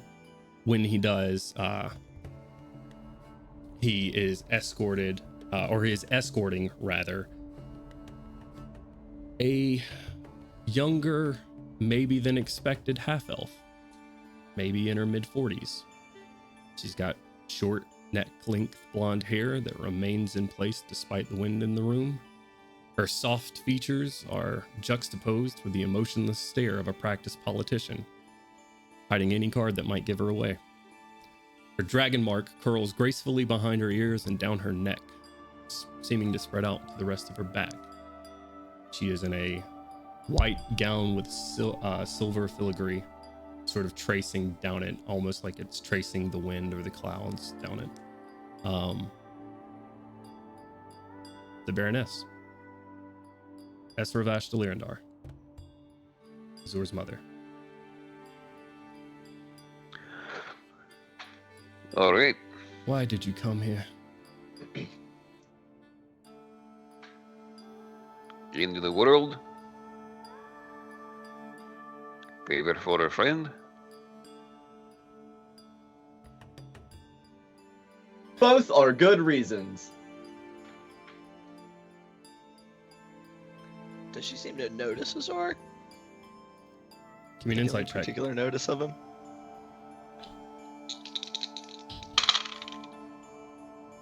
Uh, 17. 17. It's brief, but yeah. She was made aware that he was on the way. Gotcha. Then there's like I didn't know she made any like special like there's like any oh shit that's my son face like. I'll say with that insight, with a 17 insight check, when she says why are you here, she's looking at Azur. Huh. Okay. Just kind of. I'm not sure exactly what I'm supposed to do about the end of the world. What can I assist you with? I figured if I did not respond to your message, perhaps you wouldn't come. At the very least, the social cue of not being responded to, you would not follow up with. The end of the world is going to come. We'll need airships. We'll need unification of the material plane to fight off against anything that comes through. Otto's gonna send her a message. Okay. Why would you avoid your own child? You say this, Artyom. She is processing it, and as she is processing it, she is hit with an emotional fucking tactical nuke. Tactical nuke incoming! The Watch confusion drops off of her face, and it turns into an icy cold stare at Otto.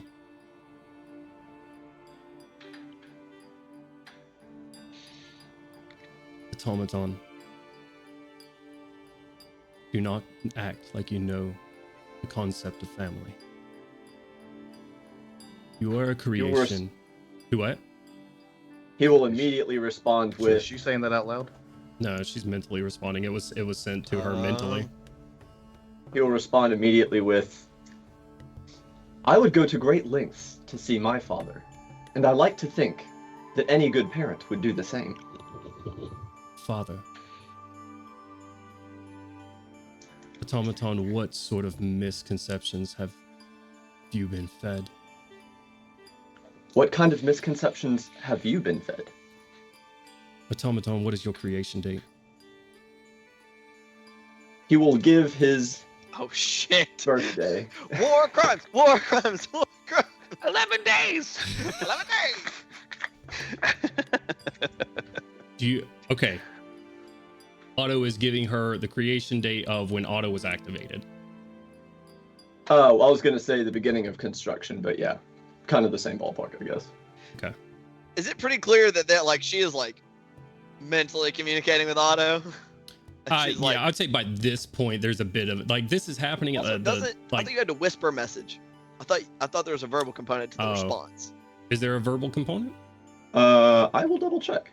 I'm pretty sure that message isn't fully silent. I know there's a... I don't know if it's on yeah. both ends of it, but I think you have to do a point, right? Yes. I think we've established in It's the like, past that it's you! like there is verbal, the and you do physical have to component. whisper. Yeah, there is whispering. Oh, you're right. There's a verbal component, but that's not the message itself. Well, you have to whisper the message, is what I'm saying. Whispering the message. Yeah. It says when you whisper it, the target and only the target can hear the message, though. Yes. Gotcha. So no one else would see, or no one else would be able to tell what was being said, but it would probably be pretty evident Something. that there is a message being transmitted. And I imagine it's pretty hard to read Otto's lips. Probably. But if their lips are moving, then I can tell what she's saying, though. By the way. Okay. Then you will read what she is saying to Otto. Yep, they also have to whisper back.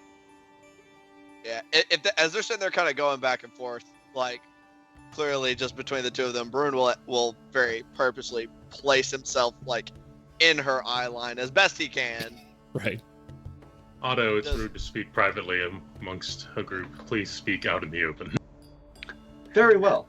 She is under the delusion that I am incapable of understanding the concept of family. Automaton, your creation date, please. She says out loud.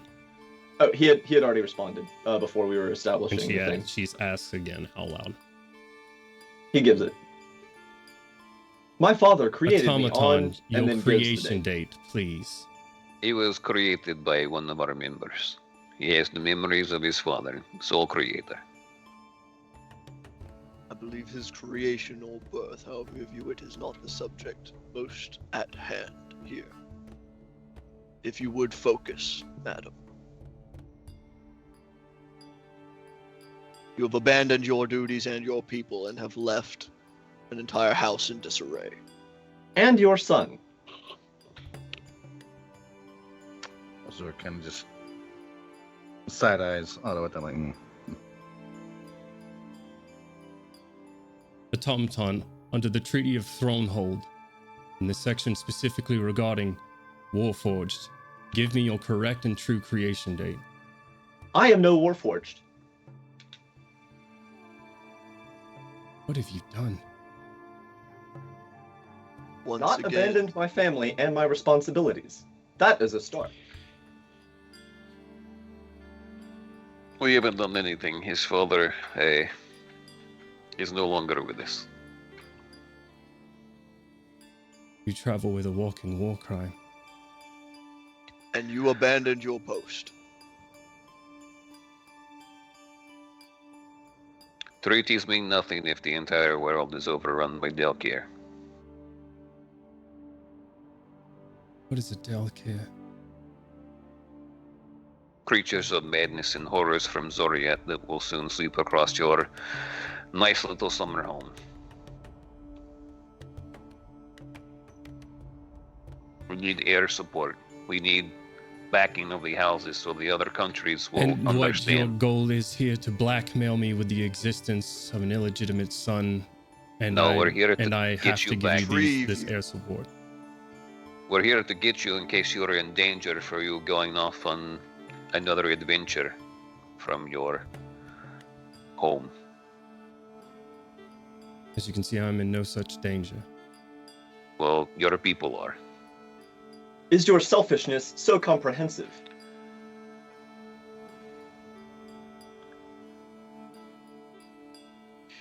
She doesn't respond to you, Otto. She shakes her head at you. It may not be very diplomatic, but he's not incorrect.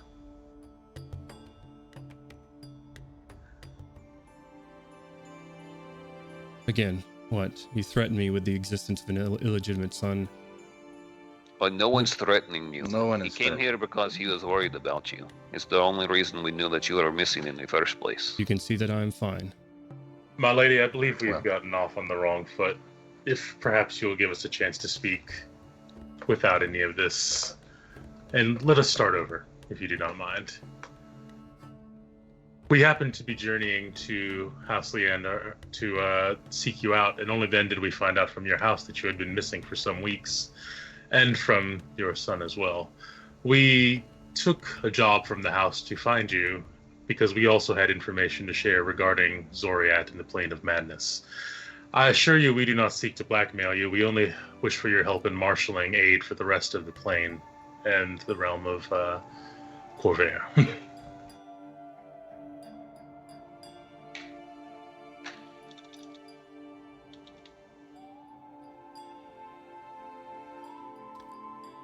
So you come to barter, extort, or some other method of acquiring these ships to help with the end of the world.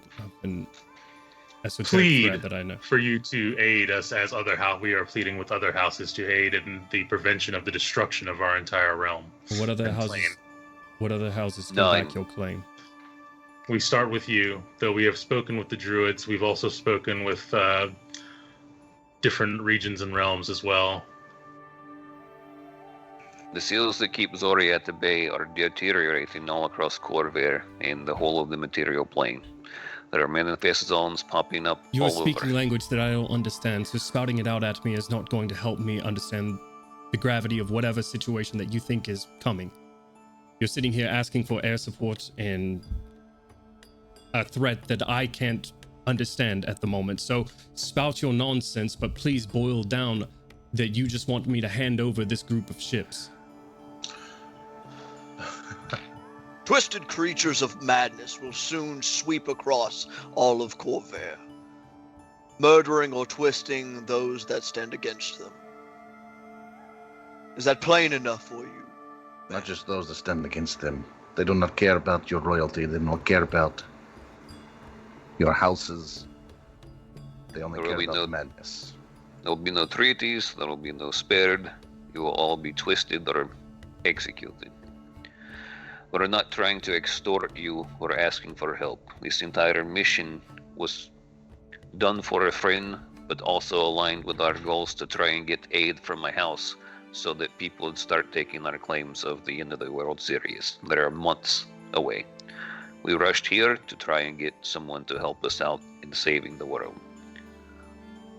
It is not a plea for help, it is a plea for survival. Before the other plane absorbs all of Corvair, and none of us will have a home to call home. Someone can make me a persuasion check. I will, not a problem. At disadvantage. Please do. I Is will he not absolutely- gaining aid from multiple other people, so it's a straight roll? Absolutely not. Oh.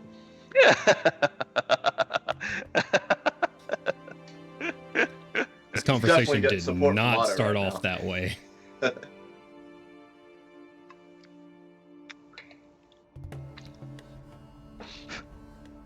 So I went down from a 24 to a 23. Okay.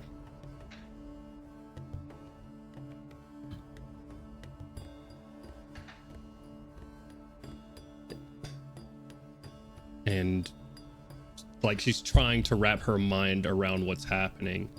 I will continue to spout words like, if you still have a hard time grasping, I will sit here and I will explain as slowly and as long as you like, with whatever questions you may have. But I assure you, this is the most important task you can possibly do. And what? The creatures of Zoriat have no methods of flight. We plan on getting whatever folks that we can in the air with Transportation. Transportation. We must move large swaths of people from throughout Corvair to stop whatever manifestation zone they come from. We will need aid in transporting troops back and forth. House Leander is the best hope we have. I mean, you wouldn't wish for us to simply rely on House Orion, would you? We're going to probably need all the houses, but, you know, you happen to be in a tight situation, and we thought that... We assume that you are in a tight situation from you having gone missing. Of course, we know it is different now, but we hope to rescue you from whatever predicament you're in and gain your trust and aid in this realm-ending endeavor the Zoriat is posing on us.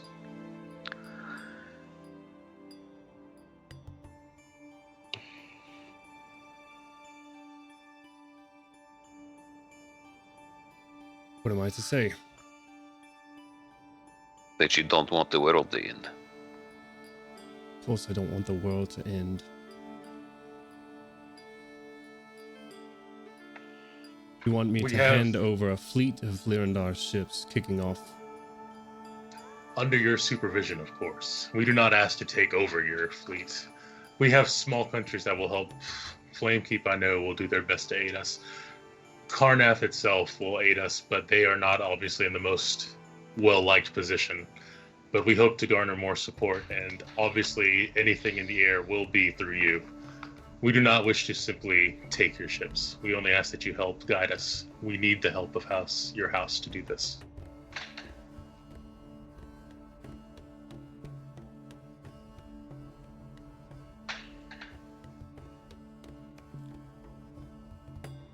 Say that I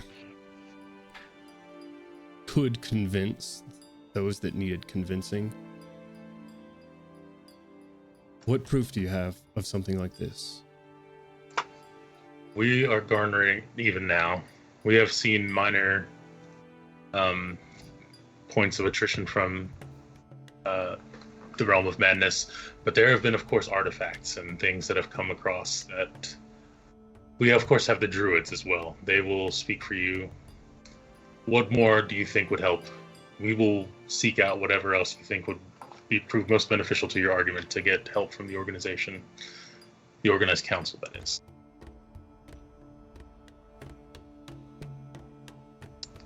You already have a king behind you. Though I said Karnath is not the most well-liked. Caius has made a name for himself. There is a new king in Caius is no Karnath. longer king. The true heir has been found and has replaced Caius. He is temporarily banished for now.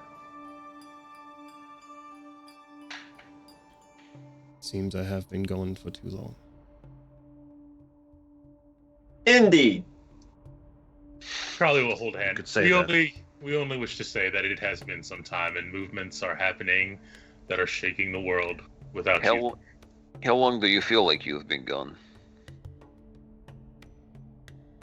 A month or so. Okay.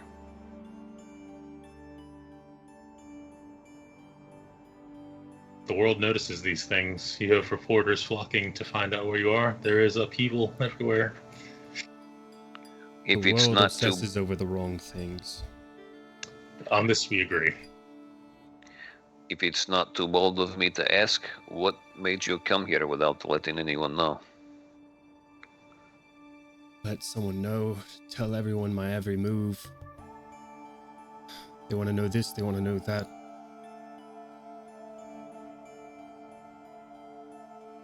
It's exhausting.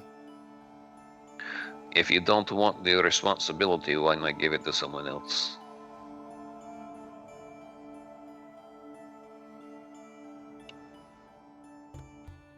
Perhaps that's not a bad idea. Just something I've neglected for far too long. It's not just something you can shrug off a bloodline.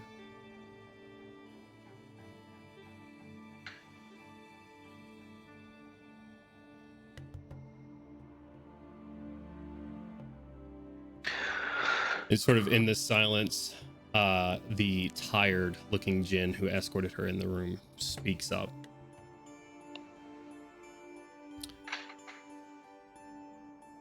Grand visitors, allow me to introduce the great Caliph Usama Balil bin Nafat al-Yugayim, master of the clouds, son of the breezes, secret keeper of the full winds, prince of birds, storm of heavens, defender of the righteous, emperor of the gales, commander of monsoons, and master of the air. From the doorway behind, storm clouds gather. Lightning cracks onto the cloudstone.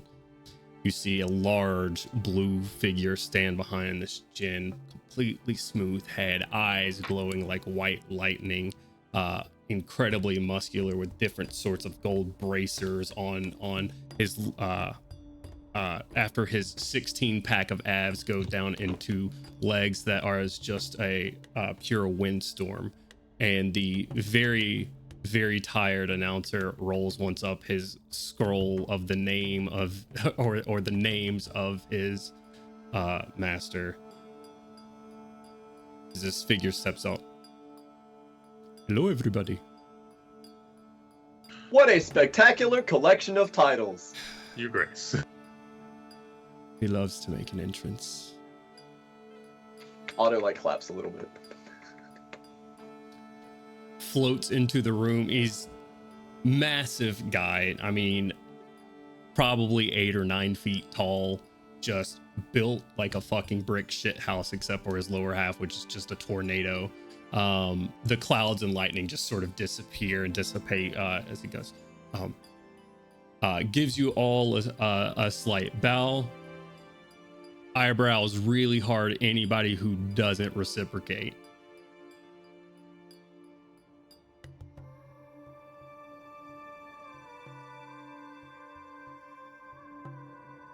All right, who's not reciprocating? Come on. No more deep than his was. Yeah. Very polite bow.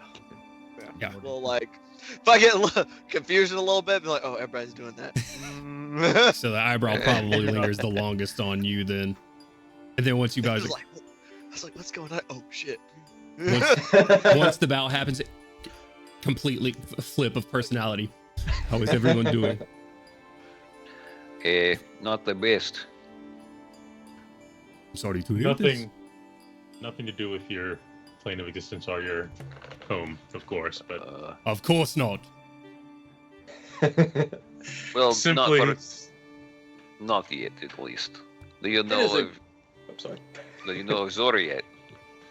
somber news, of course. Zoriat, as my compatriot says. I almost said compadre. Cannon. What is a Zoriat? Oh my. Another plane, which is to take over yours and our own plane of existence. They are marshalling an invasion. Is this another name for air or fire? I'm sorry, for earth Chaos. or fire, you would have said. Madness. Chaos, I know. Madness. Oh, you know. I do not know it by this name Zoriat. I know chaos. Yeah, plane is Zoriat. Again, I do not know what is Zoriat. Right, that is just where the plane that madness and chaos resides. So They come chaos. from the material plane and are soon, we presume, are going to push on to other realms, other planes, possibly this one. Kind of considering it his job at this point, Otto will do the exact same slideshow of Over here, like images. C-3PO. Have you had I'm any hoping. incursions of madness yourself, Your Grace? We are fortunate enough to have several warriors against chaos. The Wind Dukes of Akar, that is their specialty. They have fought back chaos, which does encroach on some borders. The Wind Dukes of Akar are protectors against chaos, and have kept it contained.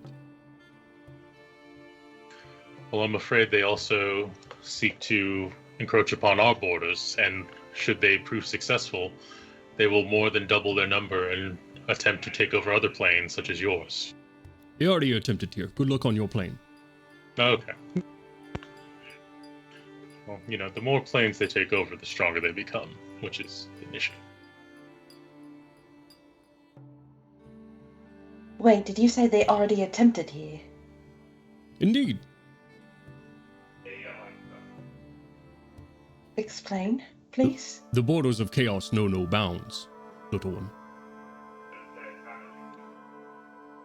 Borders of chaos always spreads. It is in its very nature to do so. In this setting, with Otto's planar knowledge, is chaos and madness, are those separate things or are these synonymous realms? You get the point that he calls it chaos. He just doesn't know it as Zoriat. Okay, I was just making sure that Yeah. he's not talking about apples while we're talking about oranges. No. That's, yeah. There has to be something that I'm misunderstanding. You're telling me that the plane of madness has already breached and tried to take over your realm and was not successful? He looks like Might I also ask when the last incursion was? Please continue. The last time I had this explained to me, we are not all perfect spheres, but instead like glowy blobs that kind of touch each other, and he's using his hands like Caliph, not a dumb guy, but definitely have had things explained to him in simple terms that are very complex in nature, but essentially explains to you that sometimes planes touch and grow closer to each other. Not an unfamiliar concept to, I would say, a lot of you. But that's what he generally explains, is that not so much incursions of like that you're talking about on the material plane, but the planes do touch.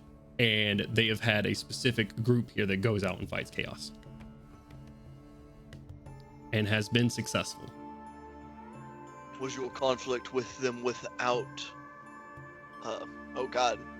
without casualty? No, not at all. The Wind Dukes of Aka are all but extinct. So if they come back again and chaos returns to your plane, more ferociously and in great numbers, do you think you will repel them once more? We will fight to the last man. And why not prevent them from getting stronger now? I would have to consult to see if taking over any sort of material plane would indeed add to their power. Numbers aren't really a thing for chaos. Endless monstrosities are endless monstrosities. Just because you add a sprinkle on top of infinity does not increase the number of infinity. But it does have the chance of mutating into something more. Something far more dangerous. Or unique materials within the material plane that are not within the realm of chaos. A resource like anything else. Has Exile Authority been summoned? Yes, my lord. Wonderful. We can talk about anything else now.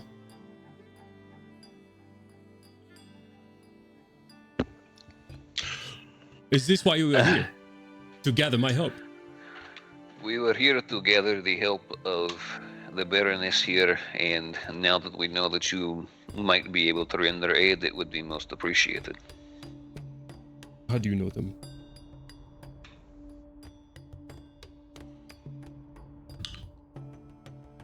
Damn. Damn. I was like, how quick does this deception come? 5. There is a palpable silence. They were investigating my disappearance. Ah, yes. She does that sometimes. People have noticed.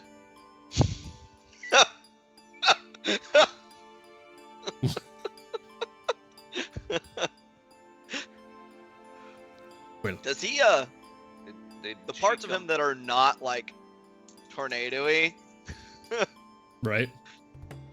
any like facial resemblance? Yeah. You Yeah. our About that. crossbow That's- friend. Give me a perception check.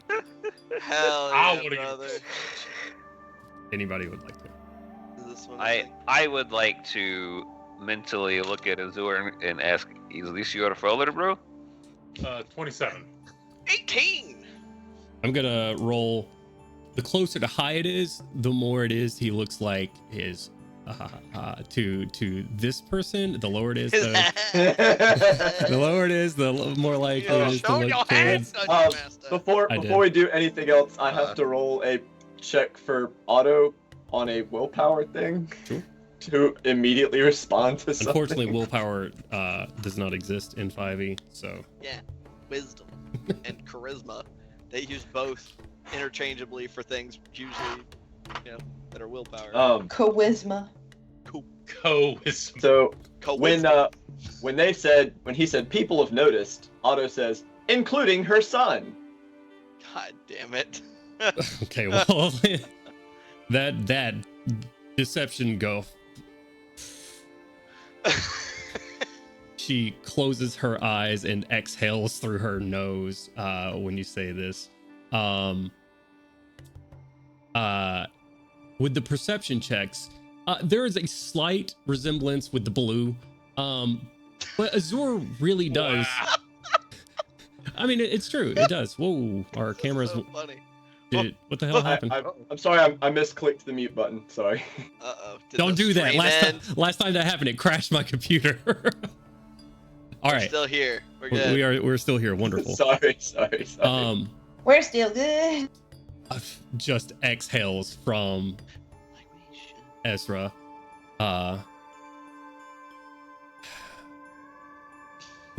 He looks at her, like, gives half a hug. I did not know you had a child. Congratulations, he says to her. Oh my god. Indeed. Milo, for his part, did not make the connection after that, though. So.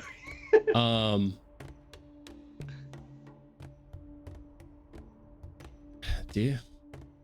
She beckons her hand out towards the group. Meet your son.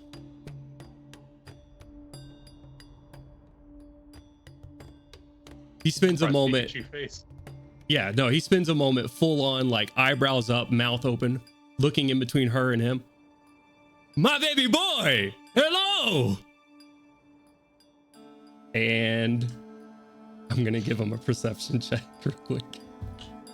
All right, how many of you are there? 1, 2, 3, 4, 5, 7.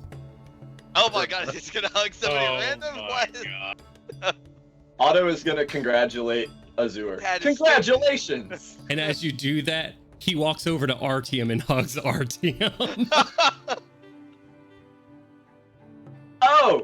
Oh, congratulations, Artyom. One who's You're muted, Ken. It is this gentleman over here. He is the one that is your son. The blue one. Yes. The blue one. Yes. Ah! This one makes that sense. resembles his mother. You are crushed in a grip of an elemental titan in front of you as you are. You hear some like strings of your crossbow start to creak and tear as you are pulled into this crushing hug. Otto's clapping the whole time. Clink, clink, clink, clink, clink. Yeah. You cannot clap anymore. You have to get like 2 pots and pans and then just hit them together when Otto claps. He's looking for metal. This is gonna be very annoying. He brings you out of the hug and looks at you. Yes, clap! Everyone clap! I golf clap. Wonderful. Otto is not golf clapping. He is very enthusiastic. As a matter of fact, Otto goes and gives them both a congratulatory hug. Gracious. Congratulations! Turn around, metal thing. Do not touch me. Shit, he's Oh! racist. Oh.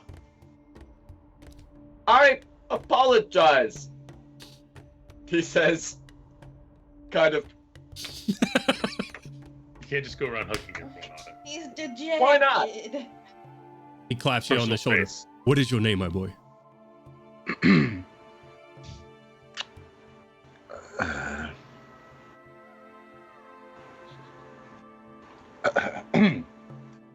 Azor. Azur. And Do you know what that means?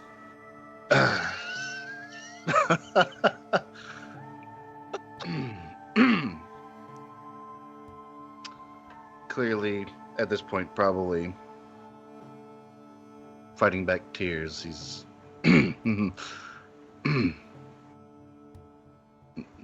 not. No. Does it mean something to you? It means blue.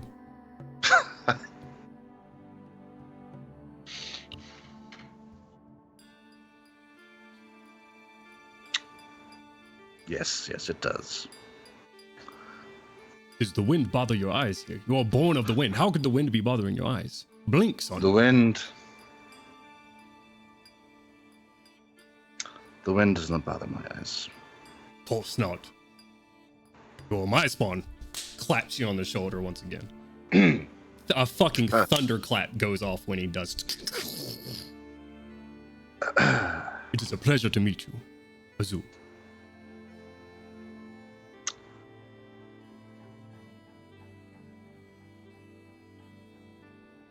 Why do you not speak? He kind of composes himself, and the next thing, he just looks towards the Baroness and just said, "Why did you abandon me?" Not able to fight back his emotions anymore at this point. The Caliph, looking somewhat confused, arches an eyebrow and over to her. Once again, exhales. Abandoned. That's a very pointed word. Pointed words for pointed actions.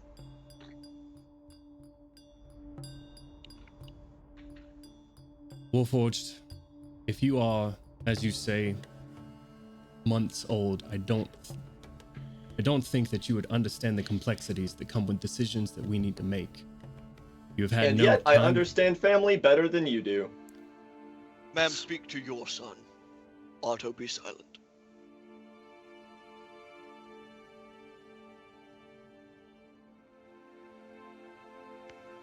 Can we not have this conversation in front of everyone?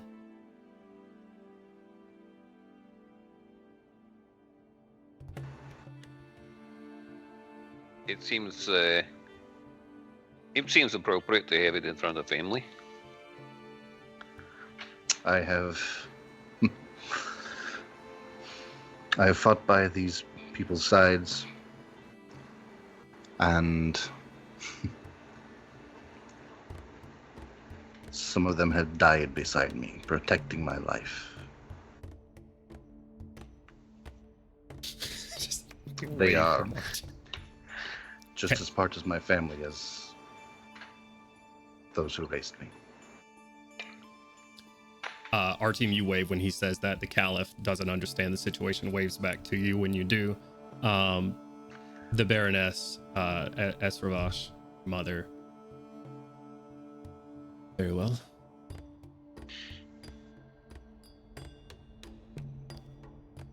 I was young. Very young when I had you. I was a child.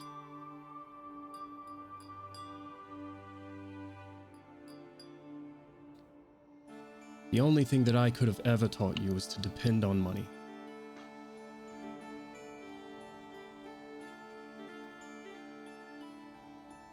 I gave you to someone that could give you more out of life than I could. To learn something other than just depending on others. To give you real freedom from your surroundings.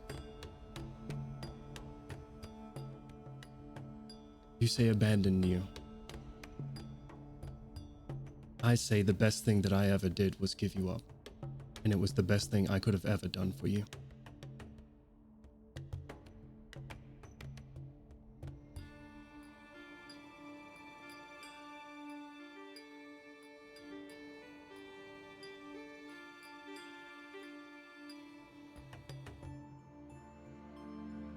I was young, I was stupid.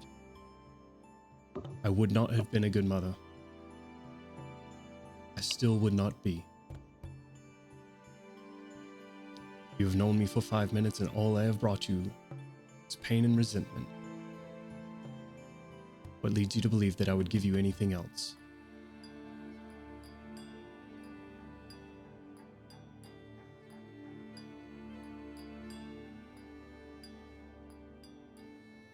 Sorry, the palace cats. They are everywhere. That is a good cat. I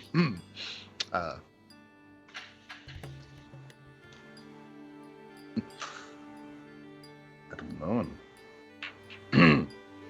Not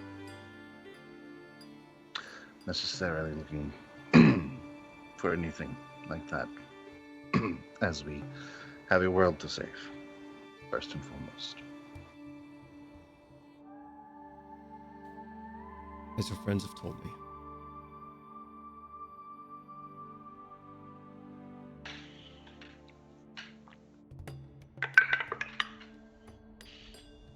What you rolling? I'm rolling some stuff for Artyom's personal opinions. Okay. She, the Caliph seems very emotionally unattuned to nearly everything. So he is just smiley being in your presence at the moment. After a moment of silence, if you have nothing left to say, he says, "Is that what you wanted to hear? For me to say that I made the best decision for you?"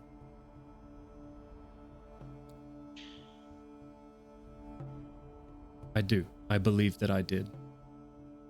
I would do it again. I gave you a better mother than you could have asked for. No offense, my dear, but I believe a better father as well. They were pretty great parents growing up.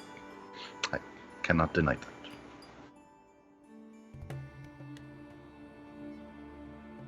And they taught you much. Yes.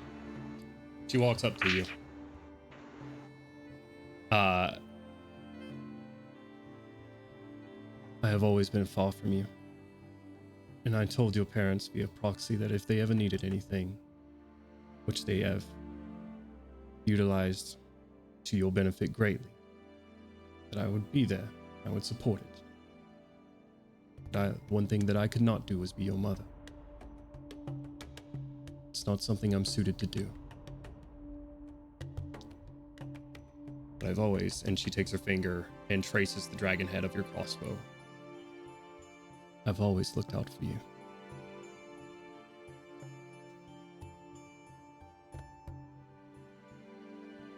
Insight check. Sure. 22. With a 22, what are you looking for? If she legitimately cares about him, or if like that's just full of shit of like, I set up some funds that they could dip into if they needed. Okay, so you're trying to just see how much emotional attachment is there. Yeah. Essentially. Yeah. I don't know if Artyom really gets a sense of not giving a shit, but I will say there's not a whole lot of emotional attachment. She seems like what she's saying is truthful. But it's not a matter of I'm a mother, so I was watching out for you. It's right. Like it was my responsibility to do so, so I did so. Gotcha. Cool.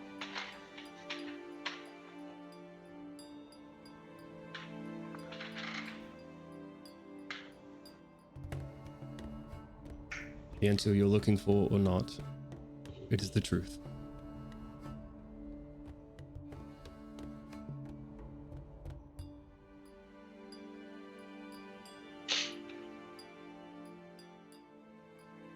The doors open.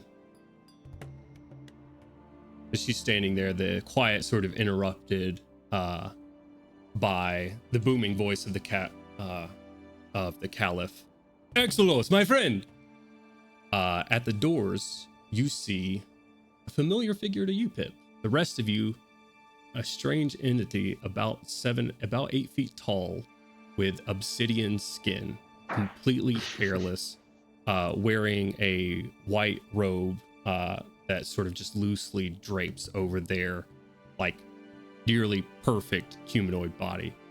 Obsidian skin, plain like completely white and glowing eyes, as they sort of not walk but float. No wings, just complete mastery over the air around them. Walking in. I said walking again. Floating in. And after but a few feet in the room, his head lowers, his eyes of white start glowing a bit. He holds his hand out to the right, and you see a purple and gray sword start materializing in his hand, and he starts flying at your group. What are you doing? Like, he looks like he's getting ready to come engage. Is he a big dude? He's about 8 feet tall, yeah. Giant smite. You're gonna get. All right. Yep. I don't. Are we allowed in here with our gear? Yeah. Your weapons were not taken from you. Mazzer. Hammer Mazzer into the is being pick, into the summoned right shield. Okay. Yeah. Manifest the cannon. Very well. Cannon. Yeah. And yeah, immediately just Giant's Might moving to intercept before he would get to the rest of the group. Okay. Does he look like he's targeting anyone in particular? Give me a perception check. Okay. Actually, can I do that as well? Sure. Percepi. So 26. Only a Oh, I was 22. muted. Artyom's gonna get in front of Azur in this guy. Okay. You're gonna just getting in front of Azur. Yeah. Okay. And just kind of being ready to wild shape if needed. All right. Get in front of Azur. 22 for perception to see if we can see who's targeting. Sure. Yeah. Seems to be. I'm gonna 26 say, for me. yeah, I'm gonna say Kaushik picks up on it. With a fairly high DC because your guys are grouped up here. I'm gonna say DC 25 on that to sort of get if he's targeting anyone.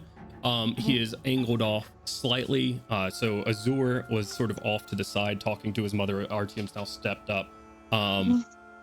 The rest of your group that has Otto sort of calling out insults from the back with Pip standing right there behind him, and Brune is now stepped up in between, sort of by Artyom in intercept mode, and Crowley's off behind where he was speaking to the Caliph directly. It looks like he is going for Crowley. How far am I from Crowley? From Crowley, you're like 5 feet, 10 feet, maybe. Okay. Immediate death ward on Crowley. Death ward on Crowley. Okay. Oh, this guy's gonna get fucking this dude up. Since Otto couldn't tell who he was moving towards, he will just kind of be centered and try and interpose. All right, so we got like a front line of Otto, Brune, and Artyom. If I can speak, if I have like the time to say a couple words as I'm You gotta like scream it. Yeah, as I'm like going and touching Crowley. Crowley, move! Okay. Can I I'd like to reiterate, push when him I out say- of the way at the same time? Is that possible? I'm trying to iterate. When I say move to intercept, I mean not just stand in front. I am charging him. Okay, you're. Like, I want to get to him before he gets anywhere near the entire. Okay. Yeah, Otto is not moving to intercept. He's just interposing. Okay. Standing in front of the group, you are steadily running towards this guy. Very well. Brune, how big are you right now? I am huge, so that means I'm at least 10 feet tall. So you're about 10 Oh, I love that. 10 feet tall. You see, everybody sees Brune run, and as he's running, his gait gets longer as he does. And as things typically get smaller when they get further away from you, Brune is getting bigger. And by the end of it, he stands as tall as the Caliph beside you. He like smashed his shield a couple times and like runes on like basically in all the major joints on his armor, so like shoulders, elbows, wrists, knees, ankles, everything just kind of started to kind of glow before as that occurred. Very well. Did you hear that I had summoned Mazarth? Yeah, you summoned Mazarth right beside you. DM, I'm gonna cast glibness on myself. Glibness on yourself? Okay. Yes. Very well. What is that? Don't worry about it. Makes him glib. Makes him OP. OP. He's hitting the glibby. Brune, not coming from the being in front of you, a strike of lightning happens in between you and this creature, blinding the room. Just in the middle of the room. And you hear the Caliph's voice behind you. What is the meaning of this? The creature slows down its sword behind it right now, looking at you. Do you stop? I'll stop. If it stops, I'll stop. I don't want to get struck by lightning, but I'm staying between it in the party. Just still like squared up to fight, but not actively moving forward anymore. The Caliph speaks up after you were just locked eyes with this guy's right now. I mean, you guys, you're a bit taller than him. You're about 2 feet taller than him. He is not backing down. You see the sword. Give me a quick perception check, actually, because Sure. of everyone in this party, you would know. Oh. Shit. It will. Oh shit. Give me Oh. your sword. This guy's Oh, I don't know. You're just locked eyes. 6. 6. Yeah, I'm not paying attention. Yeah, it's not a matter of not knowing. It's just a matter of not paying attention. You are ready to fucking go. High alert for how many ever years of your life will fucking do that to you. Stopped right here, eyes locked with this creature. The voice of the Caliph rings out once more. Exelos, speak for yourself. These people are under my protection. It continues after that part. They are here to save us from chaos or help their realm from chaos. Then why do they harbor the afflicted? The Caliph looks at the group. Crowley will speak up. We have been to the realm of madness. What we harbor is not affliction, but merely wounds from dealing with madness. Deceiver. I do not deceive. I see through any lie you could spill from that filthy, twisted mouth. Deceiver. I told you. Show I'm here to- yourself.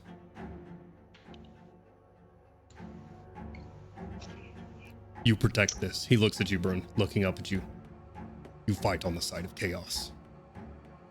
Grabs Only ever stood against. his sword in both hands at this point. You stand with the chaos. I stood against. You stand in between me and it now.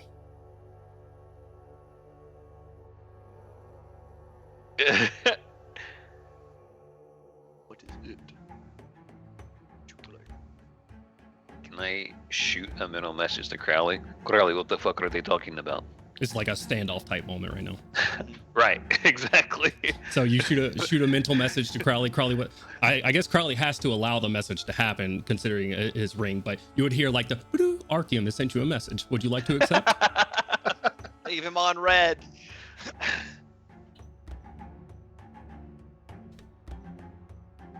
Actually, how does he know that I am? Is he sensing my creature type? You have no clue. Well, just so you know, I'm immune to that. Just FYI. I am very aware of your ring. I'll know. You weren't before, so I just let you know. I am now. Damn right. I'll allow the message through. This message has been accepted. I forward the charge to Artyom. You'll get a bill from AT&T at the end of the month. Go ahead, Artyom. What are you saying to Crowley? Crowley, what the fuck is he talking about? He's merely referring to the time we were attacked and we all went down, if you remember, in Sharn. We still bear great scars of the soul. You know what I need from you. 30. I mean, even if you roll a natural 20, I wouldn't beat it. Otto trusts his family implicitly. He's not even going to roll the insight check. 11. Also, it's just 30 for the next hour. Oh, right. Step aside. Or I will consider you an ally of chaos. Those who've done battle and have come into conflict with the beings of madness can be touched by it. I am Right. all too Some of those familiar are protect. with being touched by madness. Your acquaintance Then lend harbors your madness with him. Accusation more credence. Maybe we should try to help Crowley. If there is something wrong with him, we can discuss this issue. We have been to Zoriat and back. There could be any number of things wrong with any of us. This creature deceives you. It stands there in front of you. You think it is your friend, it is not. Can I roll an insight check on Exelos? Sure.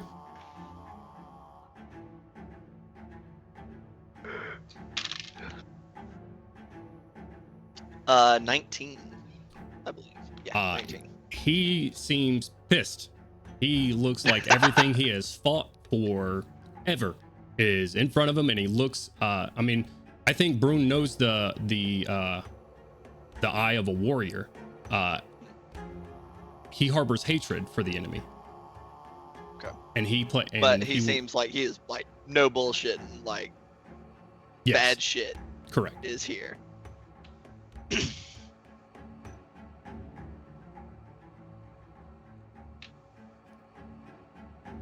If you have nothing to hide, Mr. Crowley, perhaps you could prove it. How would you like proof? He says you are a creature of madness, then I would look upon your face. This is my face. It is a mask. The mask will slowly smile. Magics do not suffice, sir. Then you will have to... You are free to remove the mask from my face, then. I ask that you do it yourself. If you are truly our ally and not what he says you are, then it should not be much to ask. I've told you this is my face. And Crowley will remove the hood, and he will reveal, like, you know, the hair beneath, and then, you know, how this mask is, like, not a mask at all, but part of his face entirely. It goes into the skin and all. It blends. Great foundation. Is that how it appears? Does it look like the mask itself is made of your flesh, or that your flesh is made of like whatever the mask Well, is? the thing is, we were now created together. We are as one. Right. So I'll put it I'm in sure your hands it's there, all... Crowley. Yeah, You no, that's sort what I'm of- saying. It's yeah. seamless. It is No demarcation. It's just it So there's blends. not. I guess the question is, does it look like the mask was like fused to a humanoid face, or does it seem like your entire, like, the flesh of your body consists of the same material as the mask? It wraps around my head, and then, like, you know, just, you know, seems like it's of my body. Same type and everything. Like the mask from Jim Carrey's The Mask. Right. Yeah, man. That's what that's basically going for. Is all of Crowley this pale white, like almost porcelain kind of deal? Yeah, man. I look Voldemort AF, bro. God damn! Except you don't even got nose slits. There's no nose. I was tired of smelling Ganolin. Damn, don't stink. Damn, that's Big. rude. Yeah, that would stink. I guess the question here is, does this reveal seem to come as a shock to any of this dude's party? Does it seem like, oh, well, duh, yeah, that's just what he looks like, or is everybody like, No, this is my true face. I'm looking for Hey. reactions from the rest of the Shining Vanguard? I'm gonna say probably not to Kaushik because she was there when it happened. She was essentially the cause of it. You were the was the catalyst for witness this. to the spider-like legs that grew from the sides of the mask and pulled a twisted clay form of Crowley out of his daughter.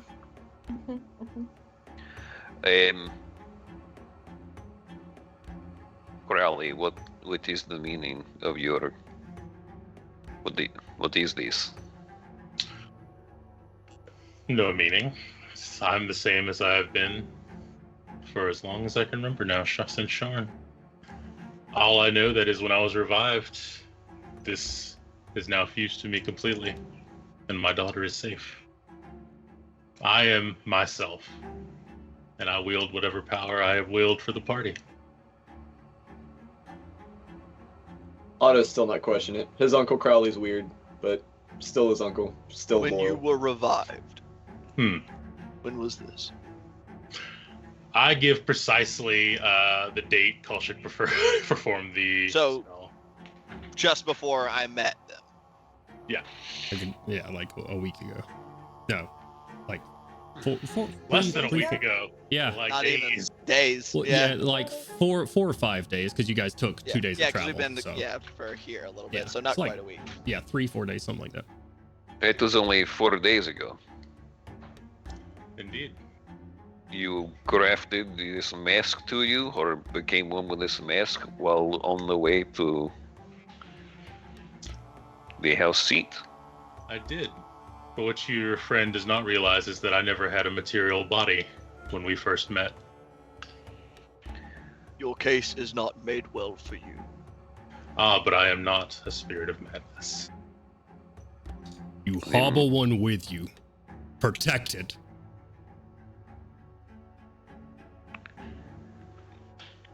All right. Keep okay. it safe.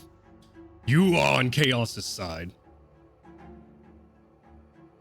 Is there a way we can remove or separate your new form or whatever it is you're talking about from this? I am myself. I am one. The body I have now was formed for me by Koshik. I have no other choice. But if you wish to strike me down, you are free to.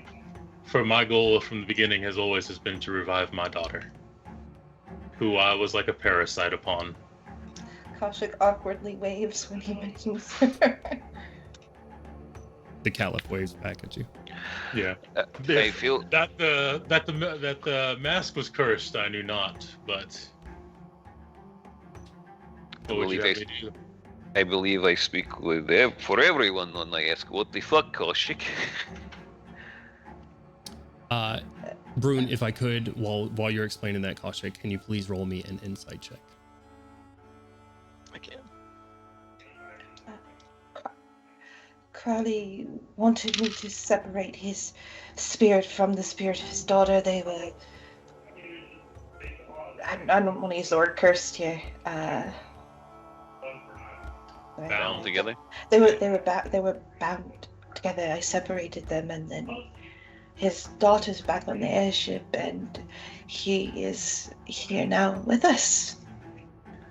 I don't have an explanation for his new figure. It's just what happened. I merely used a mask with the properties to bind my spirit to it so that she could revive a physical form for me. This was the only way for her spell to work. Is You that didn't true? tell your friends. And you left Erish with his daughter that came out of some mask of Zoriat. That is the true body. This isn't a mask of Zoriat. Is it, Crowley? It is simply a mask I found. Where did you find the mask? Zoriat. No, it was in Sharn. This was a mask you found in Sharn, just Indeed. I helped form it. on the bridge someplace. Oh, you created this mask. Yeah, it had no form before I bound it to myself. Okay. DM, would Pip have any idea about the mask coming from Sharn? Pip would have no idea what they're talking about. Like, you can get some fucking real weird shit in Sharn sometimes, like some hella drugs and like weird ass magical items. I'm going to be serious. I took a lot of, Like, I did a lot of But drugs not when like I made Chaos this mask.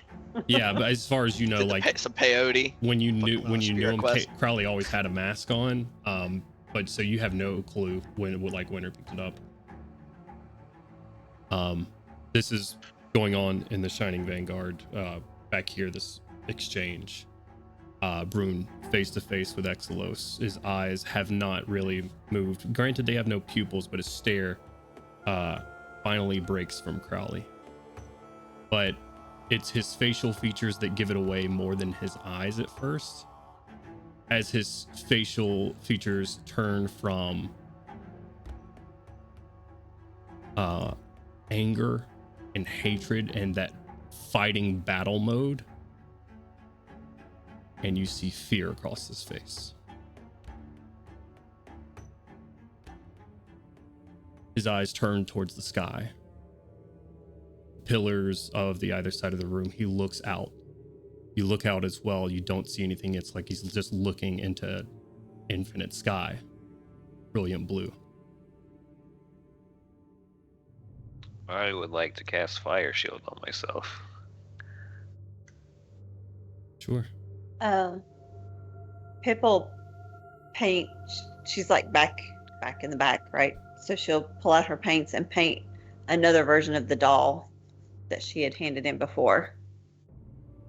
Okay. And just kind of like start to ease her way up a little bit. Not a dash, just easing. I kind of look up to see what he's looking at.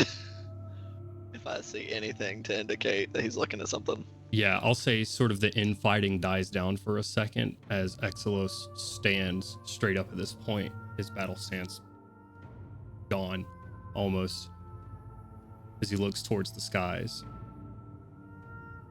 It takes a minute, but what appears is nothing but a dark spot in the sky at first. Soon becomes what seems to be a humanoid form to you. It makes a non-linear approach to the citadel, walking from the skies mid-air on a pathway unseen, and with each impossible stride it covers thousands of miles. The odd geometry you encountered while in that maddening realm of Alars, this creature seems to bring with it. Very few beings in this universe have a presence that would cover such distances. Even those most powerful dragons and demons affect only a few mile radius around them. As your eyes fight and your mind struggles to make sense of the distance from this creature, you can't help but become keenly aware that your flesh is merely clay that is ready to be molded. Is this a familiar feeling of any kind? The door to chaos opens. Let the Lord of Chaos reign. Boy, is that The door guard with the creepy. dark eyes that sees the mood in the room shift, and he closes the door behind him as he leaves. I'm gonna go. Would say a familiar sense of dread fills Brune. You hear a voice beside you. It matters not. It has found us again. That's where we're going to end tonight's session. Yeah. Hey. Oh boy. Oh boy, indeed. You fool. You Holy were looking moly. at too much. You should look at the sky. So, thank you guys for playing with me. Thank you guys for joining us. I hope you enjoyed it. I know I did. We're going to end tonight a little bit early because we have some friends in town if you missed the part of the session. So we're going to go hang out with our friends. You should go do the same. Anyways, drop a follow if you haven't, please. Hard Knock Dice everywhere that you can find, except for Facebook or anything else that these liars, these deceivers will tell you. Deceive us.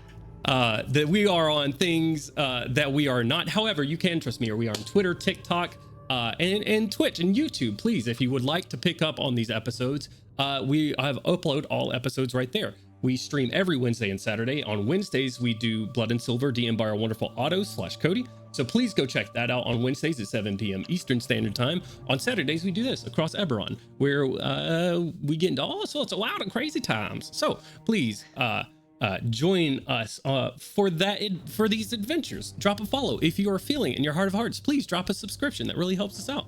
Also, if I can get an exclamation mark charity, I see it's in the chat. Thank you. We are raising money with Extra Life for the Children's Healthcare of Atlanta. So please go check them out. Check out the link. Donate it from your heart wallets. And yeah, we're gonna rate our friends over at Dice Legends. Did I miss anything? I don't think I did. I think I did everything A-OK that time. I don't know. My hands tried to do a A-OK and a thumbs up at the same time, and I ended up throwing up like the gang Follow us symbols. on LinkedIn. We did, we did we're not on we LinkedIn. occasionally stream on Mixer. Wrong. That hurts my heart. Much love, guys. Bye. Bye.